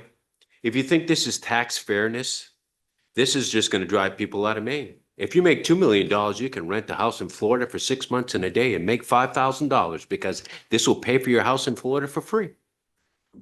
This is what this does. And so is that going to be tax fairness when the people that are paying, even though you say that they're not paying a big share, they're paying a big share of state taxes and they move out of this state? Amy just showed a chart of people with the states that are growing in taxes and they're moving out of the states, going to other states that are charging less in tax. Is that what we want here in this state? We want to drive people out? And so I guess I asked myself the question, are we running out of money? We've been growing like crazy. Our state budget's been growing like crazy. And you're like, we still don't have enough. We need to tax more because we need more money. And I'm thinking, oh my gosh, at what point are you guys going to starve from what you're trying to get at people from Maine? Where are we going? I don't get it. And so the truth is this. Everybody here voting around the horseshoe, do you know what you're voting on? Because I got this half an hour ago. And that's the truth. And this is really going to drive people out of the state of Maine. So I know that you really want the money to do better things. But the people that we're taking the money from are people that work for that money. You could put a bill on the table that says that you give the right from Mark Blatter to take $100 out of every one of your pockets. You guys could do that. But tomorrow, don't worry, because I'm going to give you all $50 back. One condition. I want you to tell all your family everything that I've done for you. This is what this is doing. It's like, it's ridiculous. And what's more ridiculous is the time of night. Half an hour. Like you knew this at what, 9:15? At 8:30 is when you found out you were going to pass this? No. You knew this long ago. You were preparing for this, right? You just wanted to give us the last minute. I'm listening. I would prefer and ask you please to refrain from passing judgment on the intentions of. Okay, people then, Madam sitting around Speaker, this. did you just find out about this at 8:30? There are members who've only recently found out about this. But yourself as well? I did not have any details until fairly recently. Okay. I think a little bit more time would be respectable for all the members around this horseshoe. That's all I'm saying. This is a complicated matter. This is true major policy change. And we're sitting here, we don't have time to speak to our leaders. We don't have the opportunity. The people of the public don't have an opportunity to chime in. That's what the issue is here. And, okay, go ahead. I just want to briefly respond and not. This 2% surcharge has been discussed in this legislature now for a couple of years, as we've discussed around this horseshoe tonight. We had a public hearing on this budget 2 months ago. We heard significant testimony from many people during that public hearing that this specific proposal would be in the best interests of the state of Maine, because it injects fairness into our tax system. We received a report back from the tax committee 4 or 5 weeks ago. Tax committee, the majority of the members of the tax committee recommended this as one of the things that this committee should do. It should not come as any surprise to anybody that this committee is bringing up this proposal. Last night, we passed the tax conformity proposal that we had a lot of discussion about that reduced revenue by over $100 million across the next biennium. We had a big discussion around this horseshoe by people who were very concerned about the impact that reduced revenue is going to have on our future ability to continue our state operations. We talked about structural gap.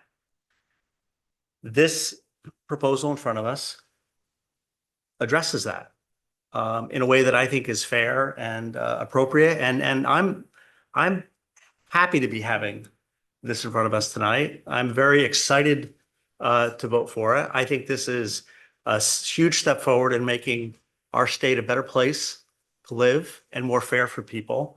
And I wish it was 2 o'clock in the afternoon and we were, hitting the evening news cycle, because I'm very proud of this and proud of the work the tax committee did. And I think this is a good proposal. Thank you. And never mind. Move along. Senator Bernard. Yeah, I just have a quick question. Do we know, and this is probably addressed to you, Representative Matlack, how many people this is going to affect? I do not know. Yeah, I don't have that in front of me.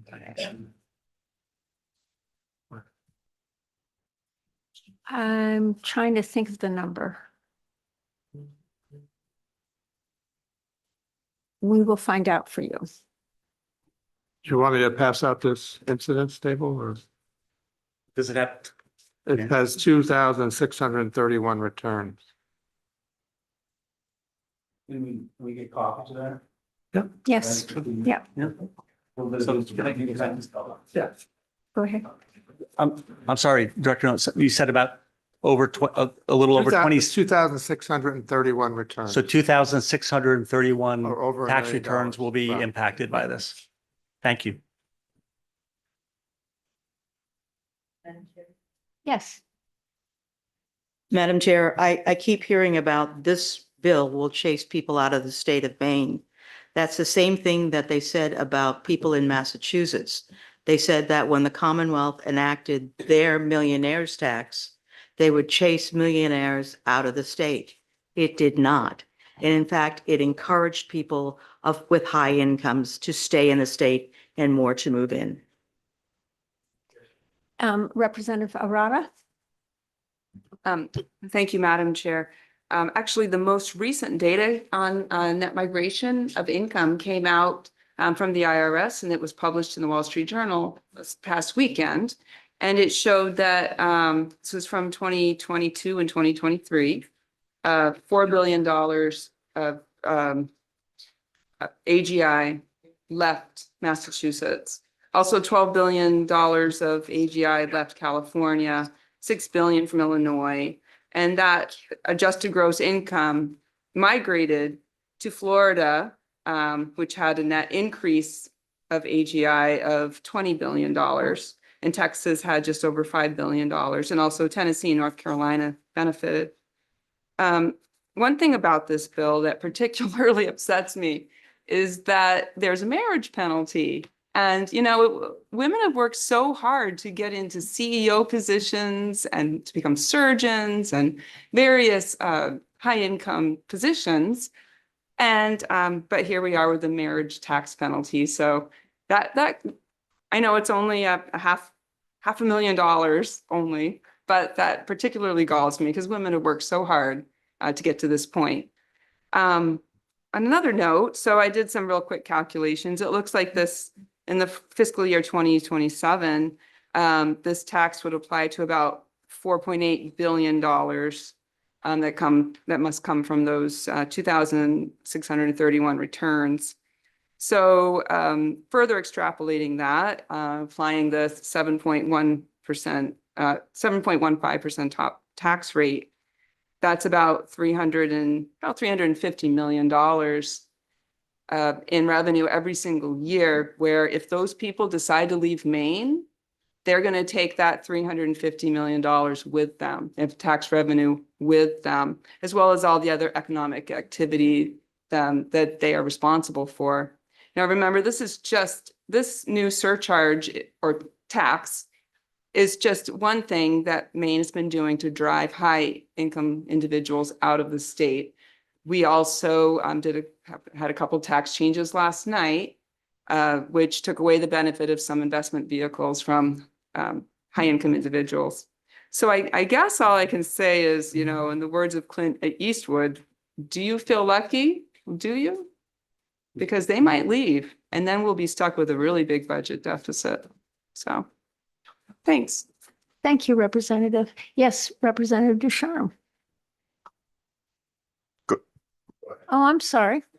I think I was next, and I Okay. think you were after me. Yeah, Representative Fredette. So Representative Matlack, I think if I may be wrong, but I think the Wall Street Journal article entitled "High Tax Wealth Flight Continues" IRS data shows that taxpayers keep fleeing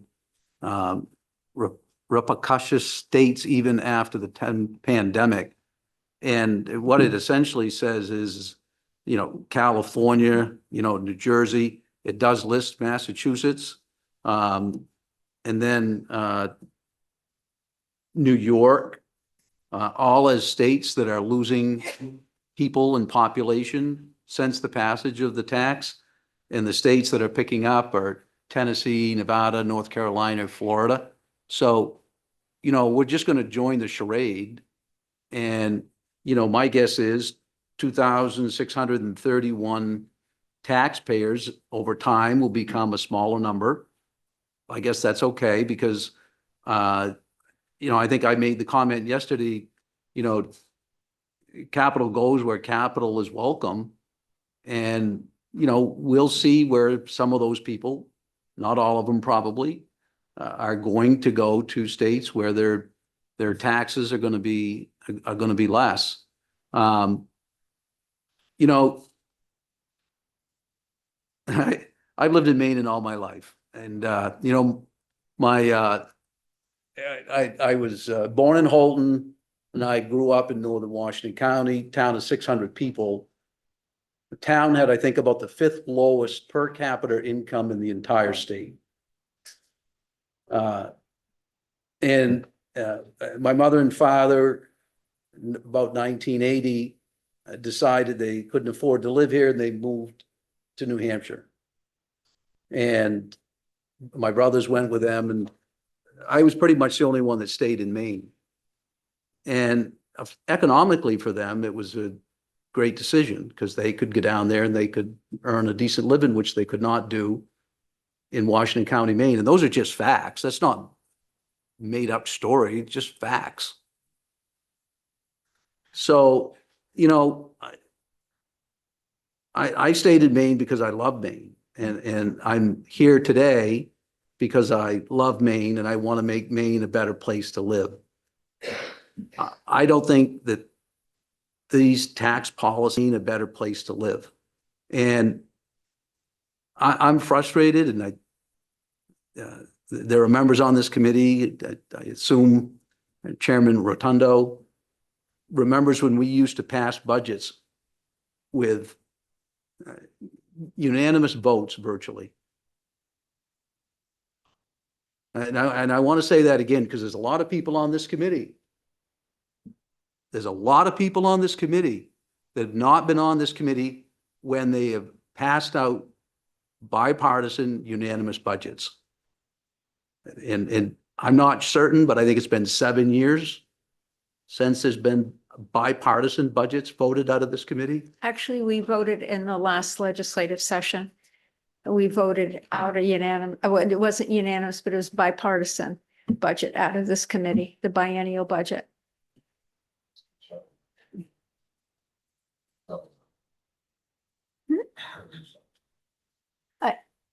But it was bipartisan. Right, you had one vote on that, or was it? No, we had yeah. So, but my point is that largely speaking, over the last 7 years, they have not been bipartisan budgets. This will not be a bipartisan budget vote. I don't think that's good for Maine. We have a legislature in the House that's basically evenly divided. Not so much in the Senate, but geographically, and so, in my opinion, these budgets have reflected, the majority party's priorities. And I understand that elections have consequences. But, going back to what I mentioned a little bit earlier about, poison pills, one of the things I learned in Maine is, things always seem to happen in threes. Somebody passes away and all of a sudden it's 3 people passed away. So now we've sort of in this process, I think we've now come to the 3s, the 3 poison pills, taking money out of the budget stabilization fund, taking money and basically giving it to Planned Parenthood. And now we're gonna tax high income earners in Maine. I can almost guarantee you this is going to garner 0 Republican votes on this committee. I'm not going to speak for my other members. It's going to garner 0 Republican votes in the House, and it's going to garner 0 Republican votes in the Senate. So I understand election have consequences, but, you know, when I look back to, 1980, when my folks moved out of this state, and I said, well, you know what, I want to stay here because I love the state. When I look at this and where we are tonight, I wonder if I made the right decision. Thank you, Representative Fredette. Yes, Representative Ducharme. Thank you, Madam Chair.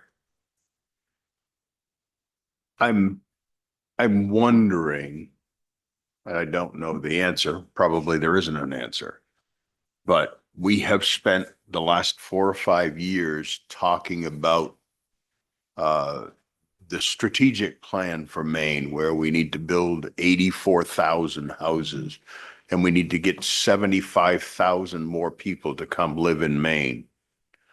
I guess I kind of live in a different place because I don't think this is the way to do it. I think that as I think across my own district, there may be a few business owners, if you will, that are going to have to do this, but the idea of this in and of itself is probably abhorrent to a whole lot of people. And I certainly don't think it's going to be one of those things that we're going to put a sign up on the bridge in Kittery that says, welcome to Maine. If you make more than $1 million, we have a 2% surcharge on anything over $1 million that you have for adjusted gross income. Thank you very much. And the governor will say, you're welcome.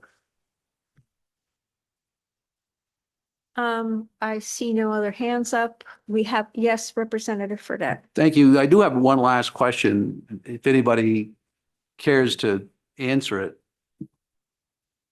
As we look to now add $150 million in the next biennium in additional income tax, can anybody, Maine is we border Canadian provinces. But we only really border sort of one state, I guess, with a little sliver, maybe Massachusetts. But does anybody know what is the individual income tax rates in New Hampshire, and do they have a surcharge on millionaires in New Hampshire? Does anybody know the answer to that?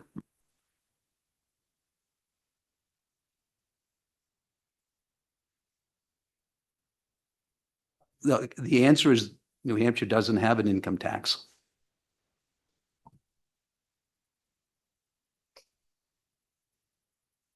We have a motion before us. All in favor of the motion on the floor, please signify by raising your hand. And those opposed, it is 8-5. The motion carries.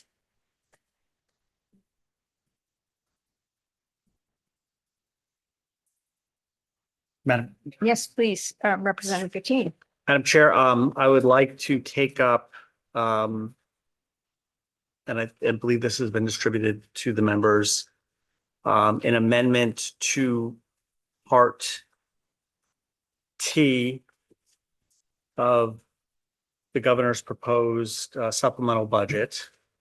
And in particular, it impacts sections T1 through T8.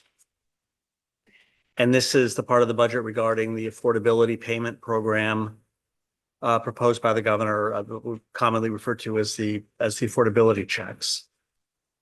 And I am going to propose that we move in parts T1 through T8 with an amendment reducing the income thresholds for people who would receive the checks to people with filing with for single filers or married filing a separate return with an income of $50,000, For an individual filing as a head of household of $75,000. And for individuals filing joint returns for surviving spouses permitted to file a joint return of $100,000.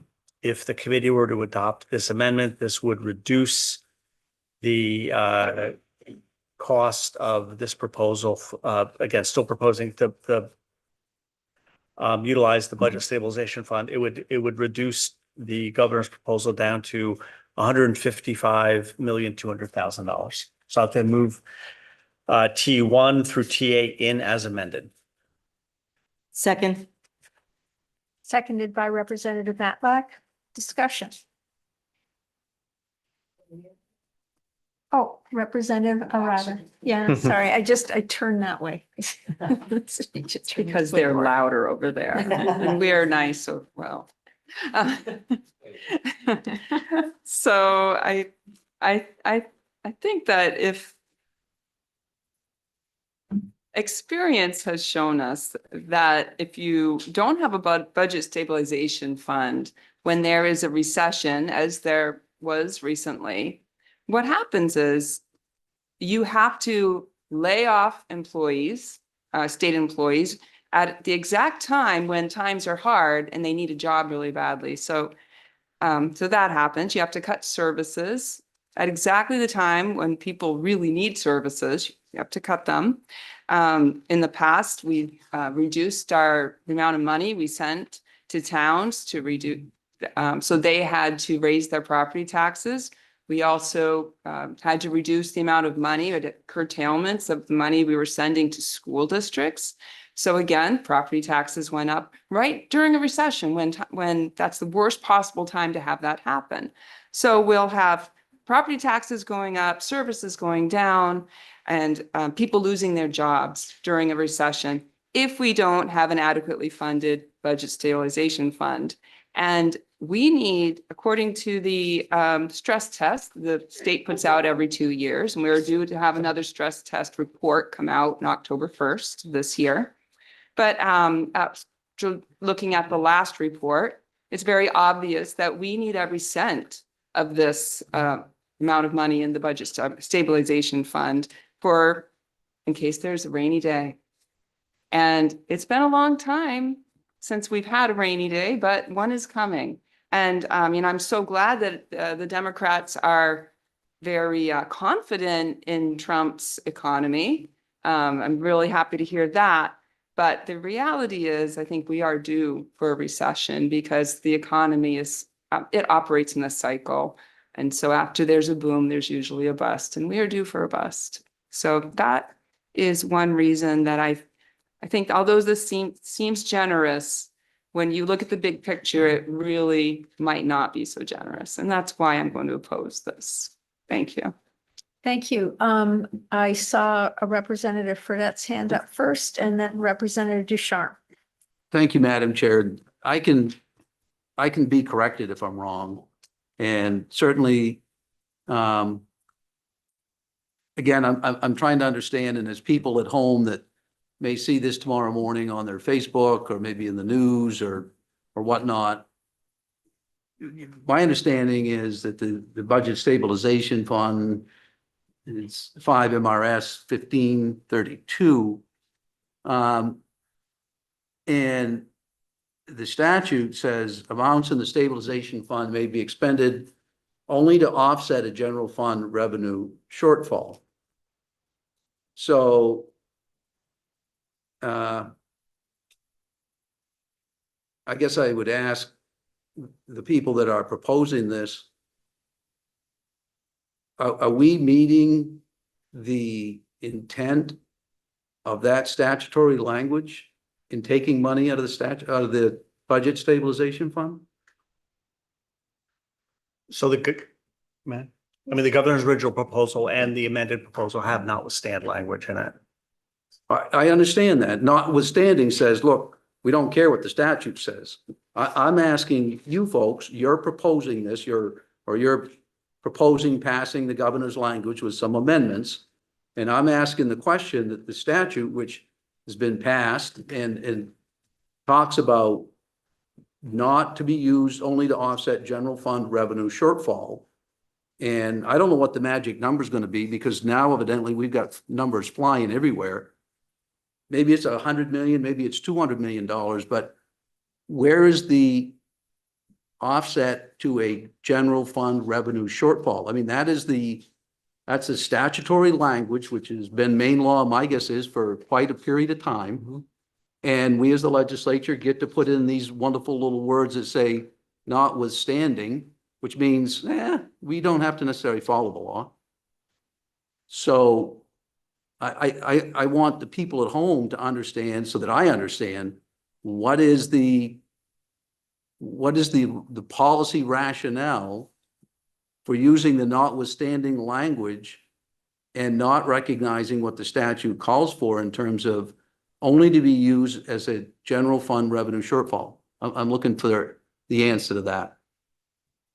Well, the rationale for doing this is, I think, was laid out by the governor in her original proposal, which was, this is a one-time effort to provide some level of relief for the affordability crisis that a lot of Maine people are facing. I saw somewhere in the news today that gas has now officially hit $4 a gallon.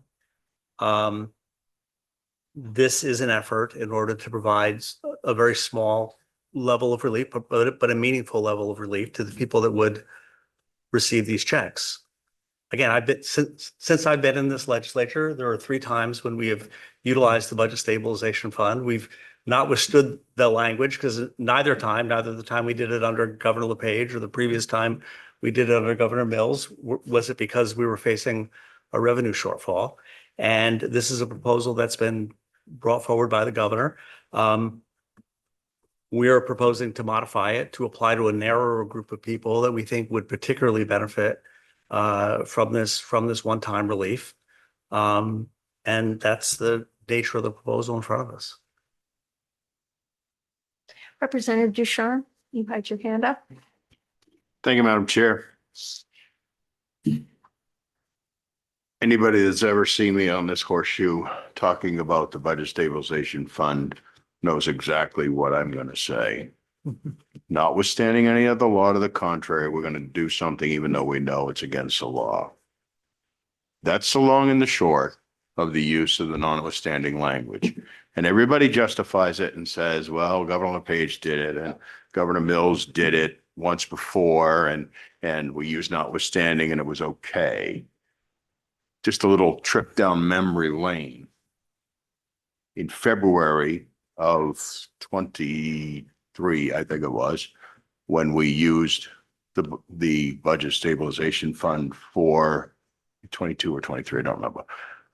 When we used that for the flood relief, at that particular point in time, we had a projected surplus in the budget of 160 million or something like that. And I went to the governor and I said, if you want, you need a 2/3 vote to get 60 million on the street to take care of some of this flood damage, because we had people really, really hurting. And I said to the governor in her office, I said, if you want that 60 million, put in a separate bill for $60 million. And I said, we will get you enough Republican votes. As long as you can hold your side together, we'll get you enough to get 2/3 and you can have money on the street by May 1st. And she said, no, I don't know. The next thing we knew, it was going to come out of the Budget Stabilization Fund. I went back and I said, you know, you're not going to get a 2/3 vote on this. I said, you have people hurting. We were hearing all the time, you know, wharves washed away, fishermen can't do their stuff and all the rest of that. But it didn't matter because at that time, the idea was to crack open the seal on the Budget Stabilization Fund and use that money, even though there was plenty of money to just pay for it. That's my history with the Budget Stabilization Fund. I have been an ardent defender of the language of the Budget Stabilization Fund ever since that time. Because I think even though folks around this horseshoe have said, well, we have a precedent because LePage did it and Governor Mills had done it. Jesse James robbed banks. It's against the law. It was against the law then. It's still against the law. And it's still against the law, the statute, to take money out of the budget stabilization fund. We haven't changed the law. If we want to do something different, and we all hear that, well, the legislature can use notwithstanding language because the legislature makes the law. We'll make a law to change the language. But we can't do that because the representatives of the people, those of us who are elected to be here, won't do it. So we're going to use fancy language to say we're going to break the law because we can. That pains me. That makes me irritated.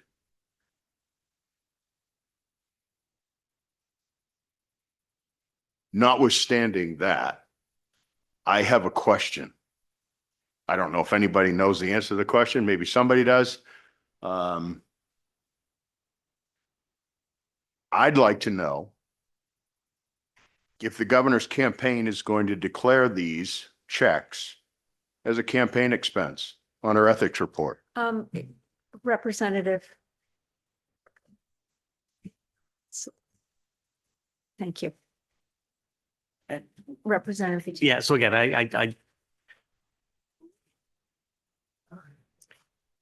I mean, we are not,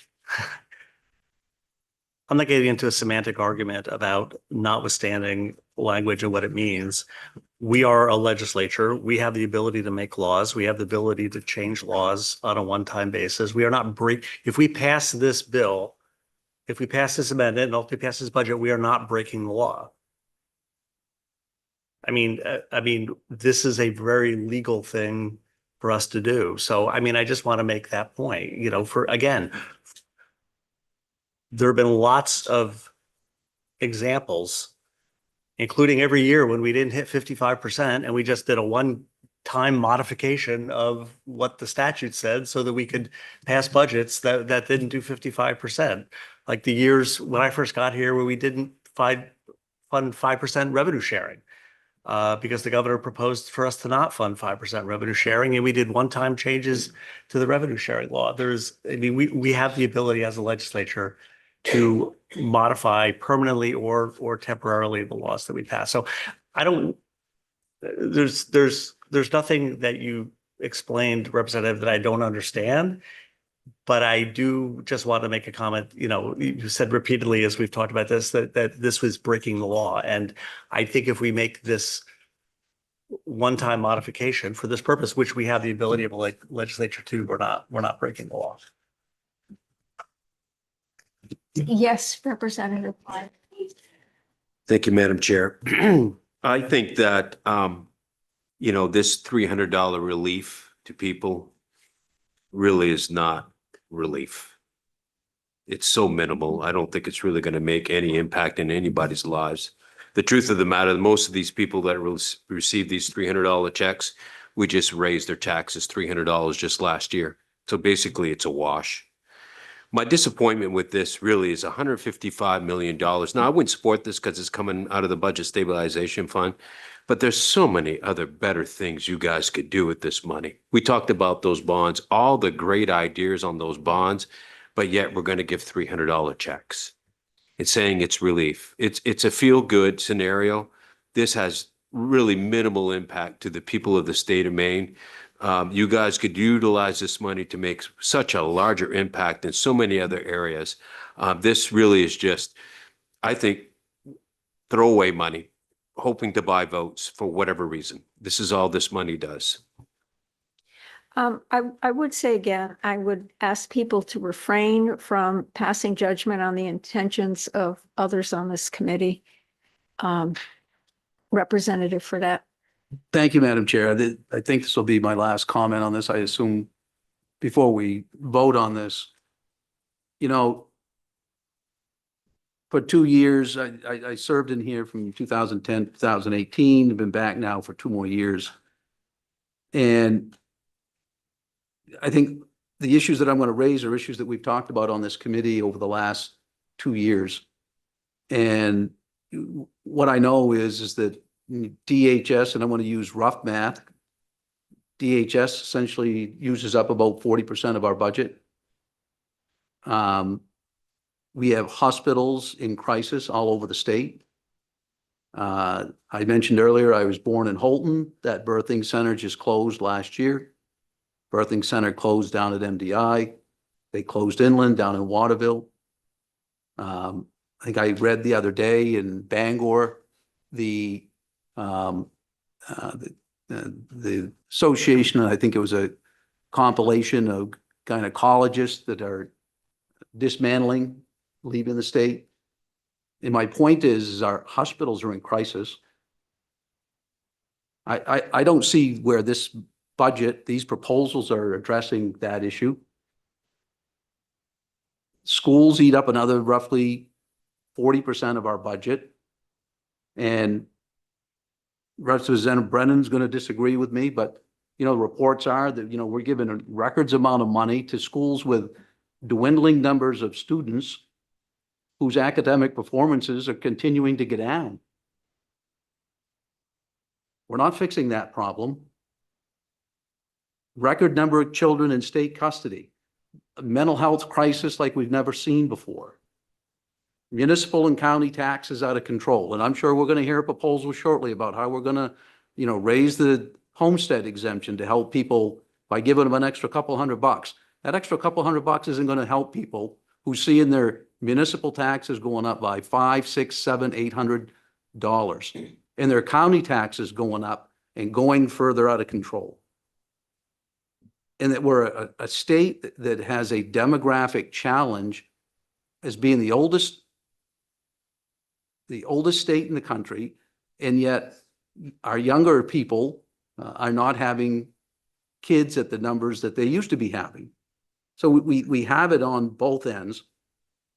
We have an unprecedented housing crisis, which, we spend $70 million and we build 120 housing units and we pat ourselves on the back. It's not addressing the housing crisis, not at all. And we have a workforce shortage that's probably also unprecedented in recent Maine history, which also, we're going to talk about free community college and how that's helping address it. And again, we've got a laundry list of problems, and I don't see where this biennial budget, and certainly to the extent that either the chief executive or this committee had an opportunity to address what I see as these other issues, ongoing issues, in any way, shape, or form. And so I'm going to be voting against this proposal because I don't see it as helping to move the ball. And I understand you folks do, but that I will not be supporting this. Representative Brennan. Thank you, Senator Rotundo. And I don't intend to respond to everything that Representative Fredette said at this point, but at some other point, I will. But I do want to point out that every day in the state of Maine, there are at least 300 students in our K through 12 system that get up and go to school and don't have a home to come back to. They come back to an emergency shelter, a car, or a tent, and they're homeless. Their graduation rate from high school is 59%, and every overall rate is 89, almost 90% for the state of Maine. 60% of people in this country live paycheck to paycheck, cannot afford a medical bill, and if their car breaks down, they can't fix it.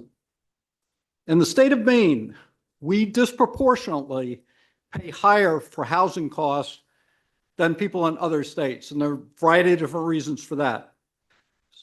Representative Kateen's already pointed out gas prices, national average now is $4 a gallon. ICE has disrupted our economy in the largest cities in the state of Maine, causing millions of dollars and causing almost 1,200 students a day to stay home. Thousands of people in the state of Maine last month lost their health insurance because they couldn't pay premiums of $20,000 a year, $30,000 a year, and $40,000 a year. And yet we're going to sit here and defend millionaires and be worried about the economic impact of a small tax on millionaires. We're going to worry about protecting a budget stabilization fund because there may be a recession sometime in the near future. I think not. I am glad to be able to sit here and sit around this horseshoe and have this discussion and simultaneously make sure that we're taxing people who can afford the tax and make sure that the money is going to those people that are most in need in the state of Maine. So again, I appreciate the debate, and I suspect as we move on, we'll continue to have the debate, but I certainly will be voting in favor of these proposals.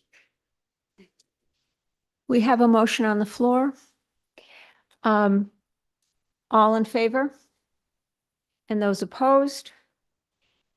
It's 8-5, the motion carries. Oh, I'm sorry. It's 7-6. We will move on. Thank you. Linda, has this been distributed? Nope. Comes Chris.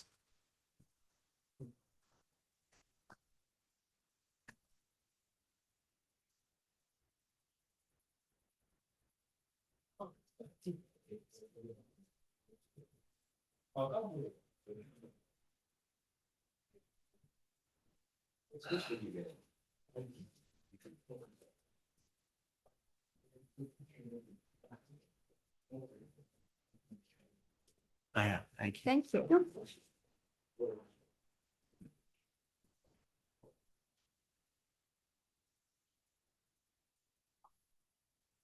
I'll wait till she.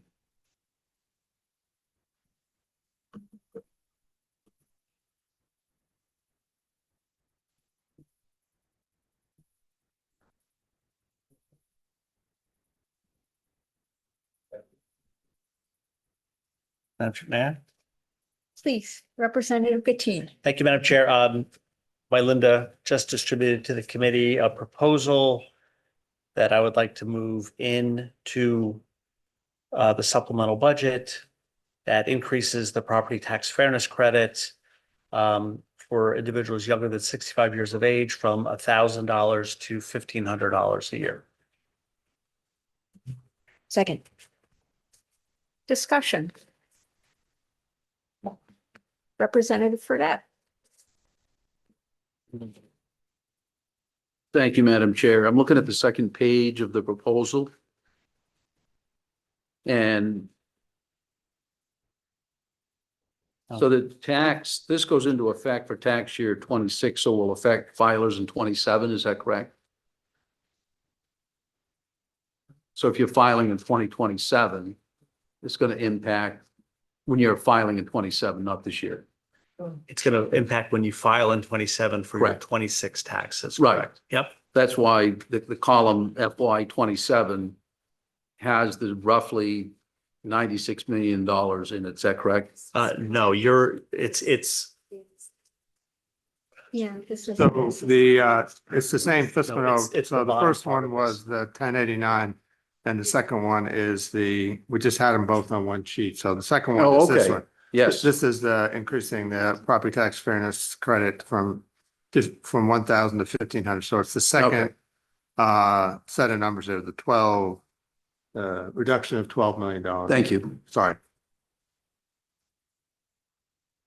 Can't do math on on That was just basic on Mike, reading. but now you're putting multiple charts on the same one and I'm confused. Representative Arata. Thank you, Madam Chair.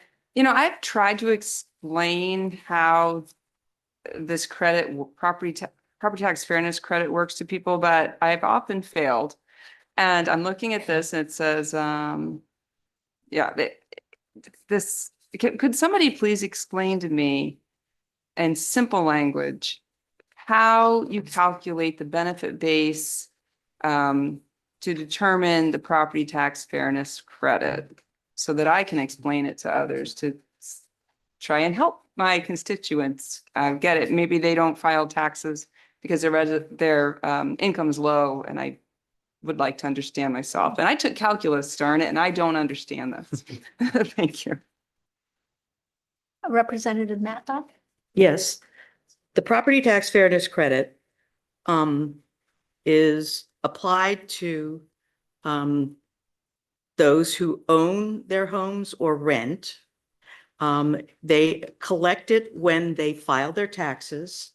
When people file, for example, if they use the free online tax returns and they put in their data, a sheet with regard to the property tax fairness credit will pop up, and you'll put in the information required. Now, depending on your income, those under 65 years old may receive up to a $1,500 credit for the property taxes or the rent that they have paid. If you owe the state money, then those funds, the up to $1,500 will go towards that. If you owe the state no funds, then you will get a refund of the amount up to $1,500. But you really need to file your taxes. A lot of people don't, and they miss out on programs like this, which are designed to assist those. This one is for people under 65. There is another program for people over 65. Yes. So that's great if you're using some software, but when I talk to my tenants, and I would love to have them take advantage of this, I don't know if they qualify. But is there a way I can just write it out and let them know if it's worth their time to file? Help them decide if it's worth that investment. Can you just explain how it's calculated? Just the math. No, I don't know the math. I just know the process and the policy involved with the property tax fairness credit, which is even if you owe no money, you should be filing taxes so that you get the benefit of several of the programs that are eligible, that people are eligible for in the state, and the calculations are done for them. Well, can anybody explain the math and how to calculate the amount of this credit so that I can help my constituents and tenants without? I think you should talk to Representative Rudnicki and Representative Quint, because they do those sort of tax forms for their constituents, and they have actually have a video online on YouTube that explains how this works. Okay. We're going to vote on this tonight, though, so We're going to vote on it tonight. it'd be nice to but then- know. Well, Now, nobody in this committee though knows the math, how to do the actual calculation. Just, okay, thank you. Representative Bleier? Thank you, Madam Chair. I'm just out of curiosity, I know that we had a property tax freeze for 65 and older. That was repealed and replaced by Rick Bennett. Which wasn't that what that law did, was give a tax credit? Isn't that what that did on that property tax freeze? I'm not sure about that one. We repealed it because it was a terrible bill. But this has been around for several years now, and we are increasing the benefit amount to people who qualify for it. Okay. So, being a selectman in the town of Buxton, the truth of the matter is people that are up there in age, they're, a lot of them are fearful of computers and don't file taxes. So this benefit, I know that you can speak to them as much as you want, and you want them to get these benefits, but a lot of them just have a fear factor and they don't. And that's really unfortunate. Representative Matlock? There is a program called Cash Main, and they assist people in filing their taxes. People don't have to know how to use the computer, but if you go to Cash Main, they could come to your community, could come to your town hall, and they will assist seniors in doing their taxes. Representative Stover? I wanted to just add to what Representative Matlack said. In my area, we have the Cash Coalition, which was sponsored by the United Ways of Maine, and they do come out to our towns and they'll see anybody and they do free tax prep. And I think there's variations of that across the state. Representative Fredette? Thank you, Madam Chair.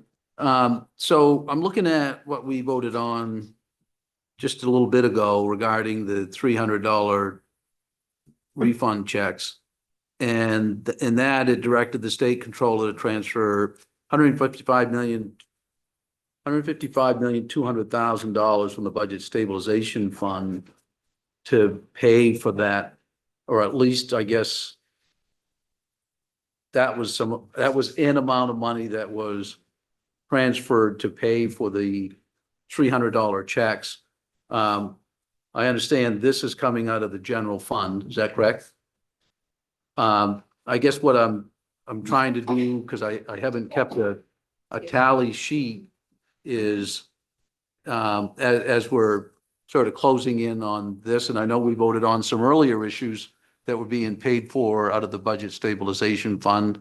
Do we know what that number represents right now, or is it 155 million? Is it 180 million? Is it 200 million? Do we know? You're asking the amount of money that we have voted to be transferred out of the budget stabilization fund? Right. I think we voted earlier today on some items that were going to be paid for out of the budget stabilization fund. Is that correct? We did, although we did not actually take the vote to move Okay. that money out of the budget All right. stabilization So fund. is the only money that we voted to take out of the budget stabilization fund to date is the 155 million? Yes. All right. And so there'll be, I assume, some later votes to adapt, take some additional funds from that? I think there will be. Okay, yes. thank you. I was just trying to make sure I'm trying to keep all these numbers in my head. So, thank you. Thank you.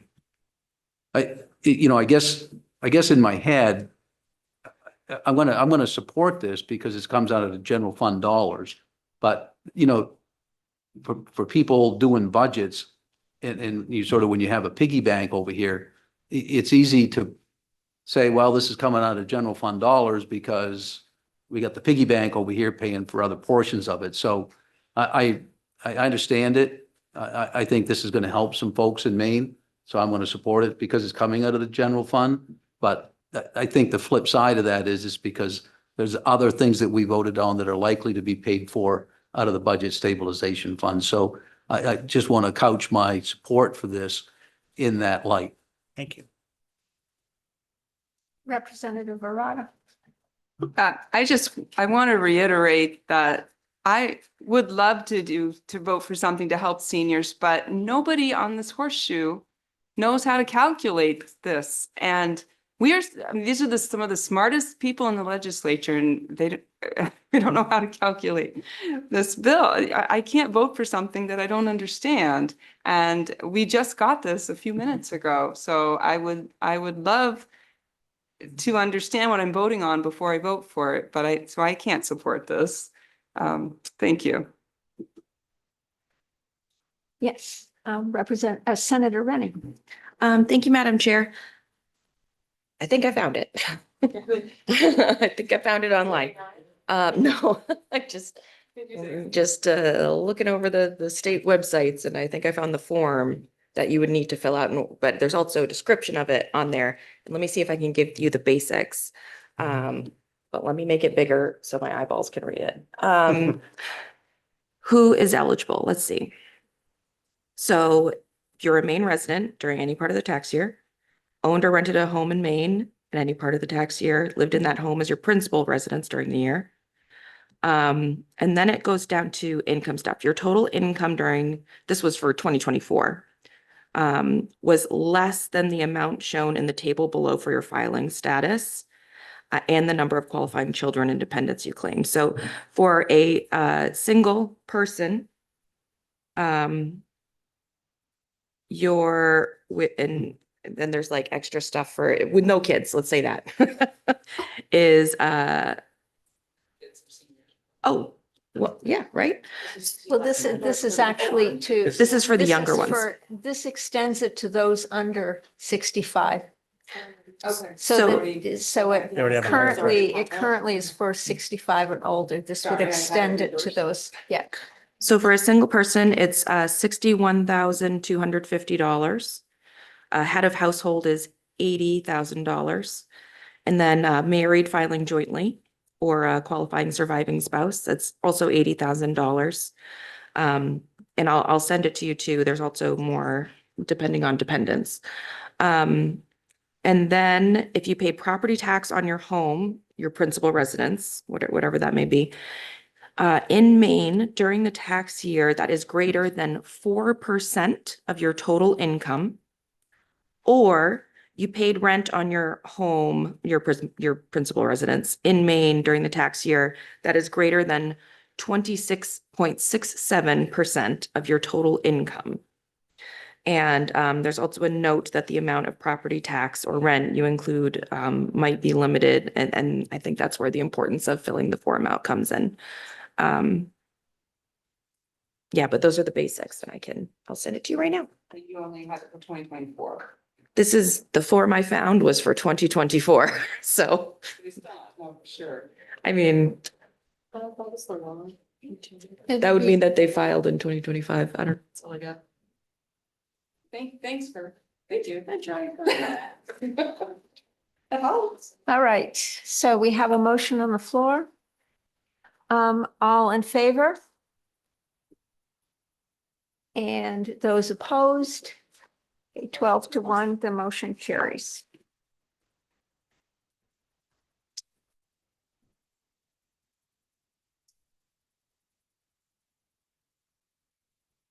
You now.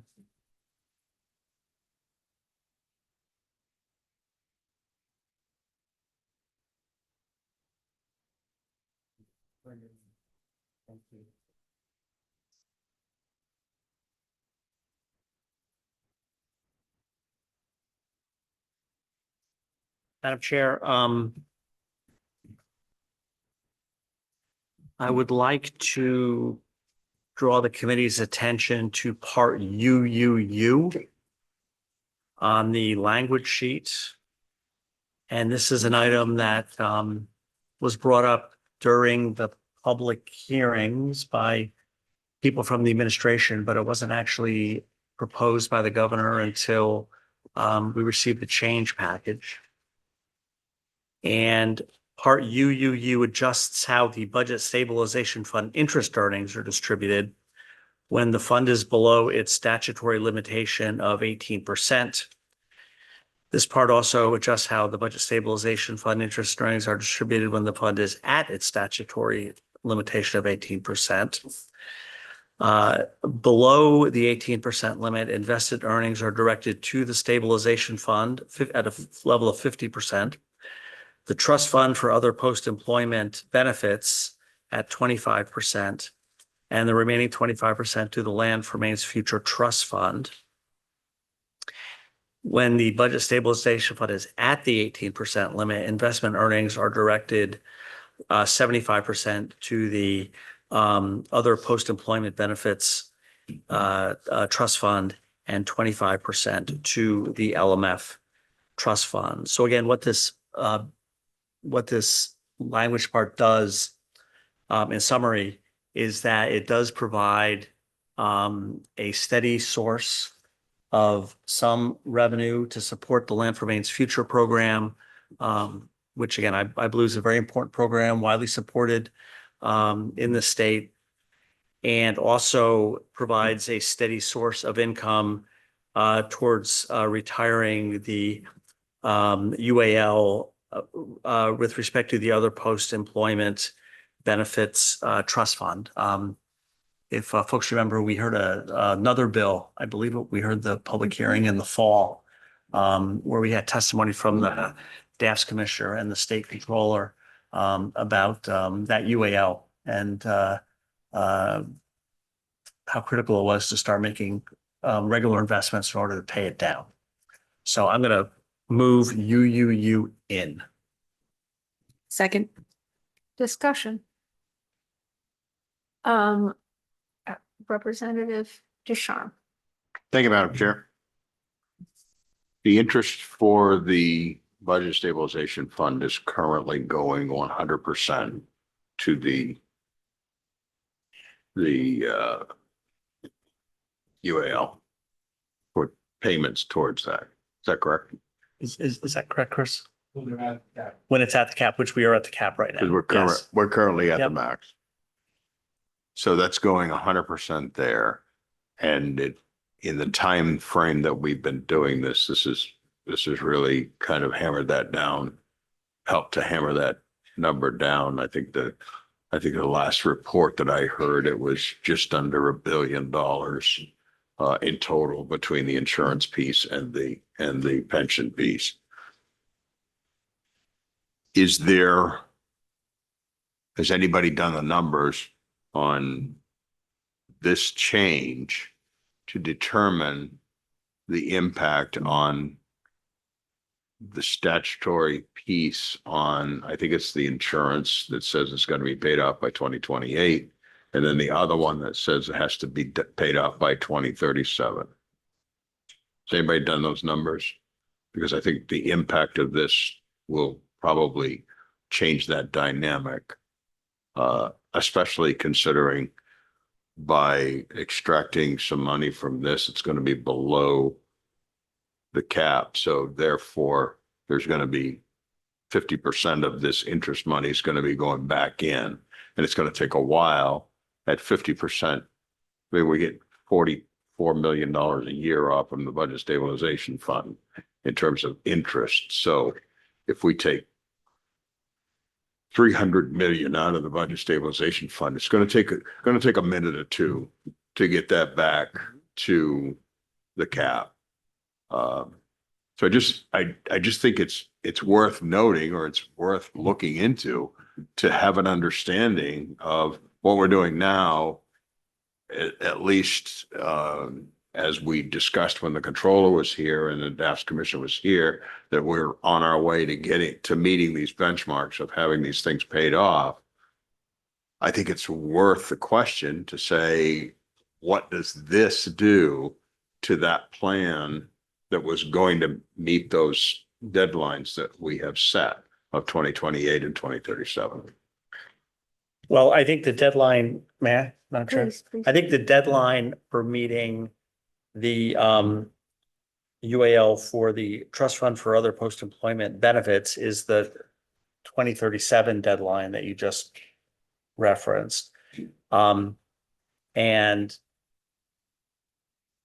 historically, when the budget stabilization fund is below its statutory cap, and historically it has been below its statutory cap, I don't think any money from any of the interest went to that, retiring that UAL. So, I mean, I do think that what this would happen if this passed, and there are competing interests here. There's paying down the UAL, there's supporting LMF, there's making sure that the budget stabilization fund continues to fill up. This will, in my mind, will guarantee that there will always be at least some stream of money going to pay down that UAL. Because right now, when the budget stabilization fund is below 100%, there's no steady income stream going to pay down that UAL. When it's above, when it's at 18%, then it all goes there. So again, to me, it's just a matter of, trying to figure out the right way to configure a way to support a number of important things in the best way possible. And there could be differences in opinion and what that is, but I think this is a good proposal from the governor, and I plan to support it. Representative Burdette.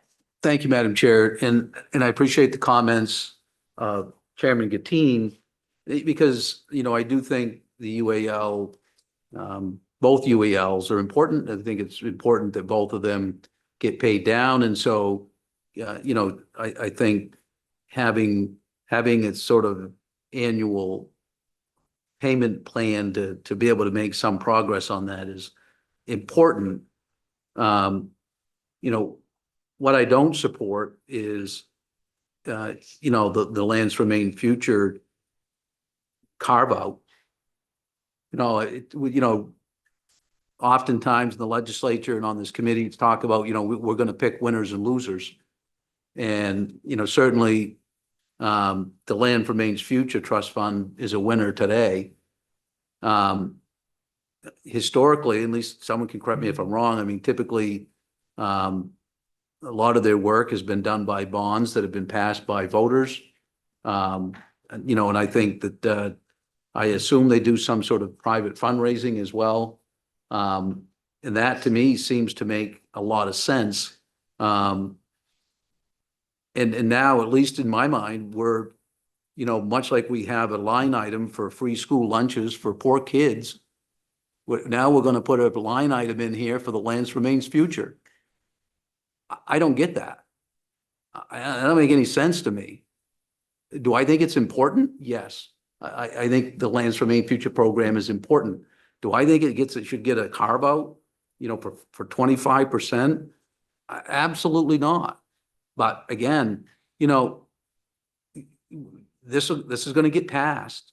I may not be here someday when a lot of this stuff is going to come back and it's going to require a 2/3 vote in both chambers in future years.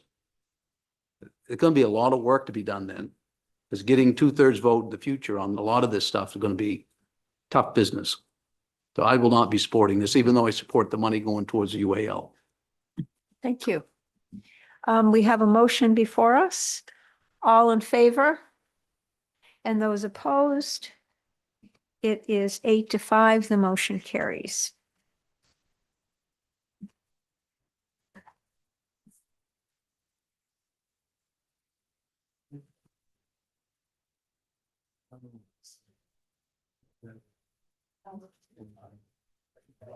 There's one other item.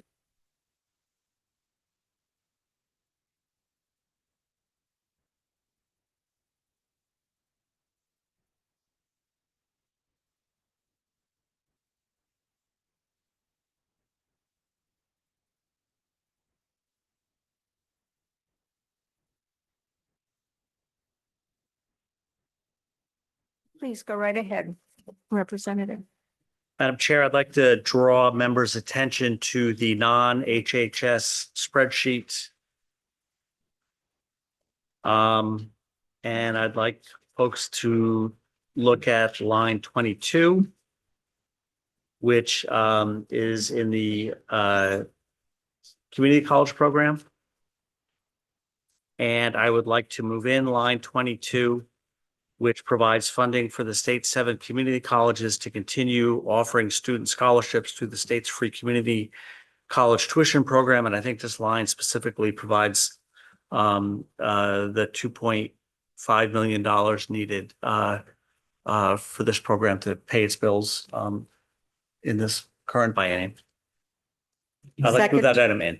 Second. Seconded by Representative Matlack. Discussion. All in favor? And those opposed? It is 8-5. The motion carries. Madam Chair, I was in favor. Oh, I'm sorry. Okay, it's 9-4. Madam Chair, I'd like to take up language part QQQ. And this is the language that has been proposed that modifies the language related to the Maine Free Community College program and makes that program a permanent program going forward. I'd like to move QQQ in. Second. Seconded by Representative Matlack. Discussion. All in favor? And those opposed? It is 7-6. The motion carries.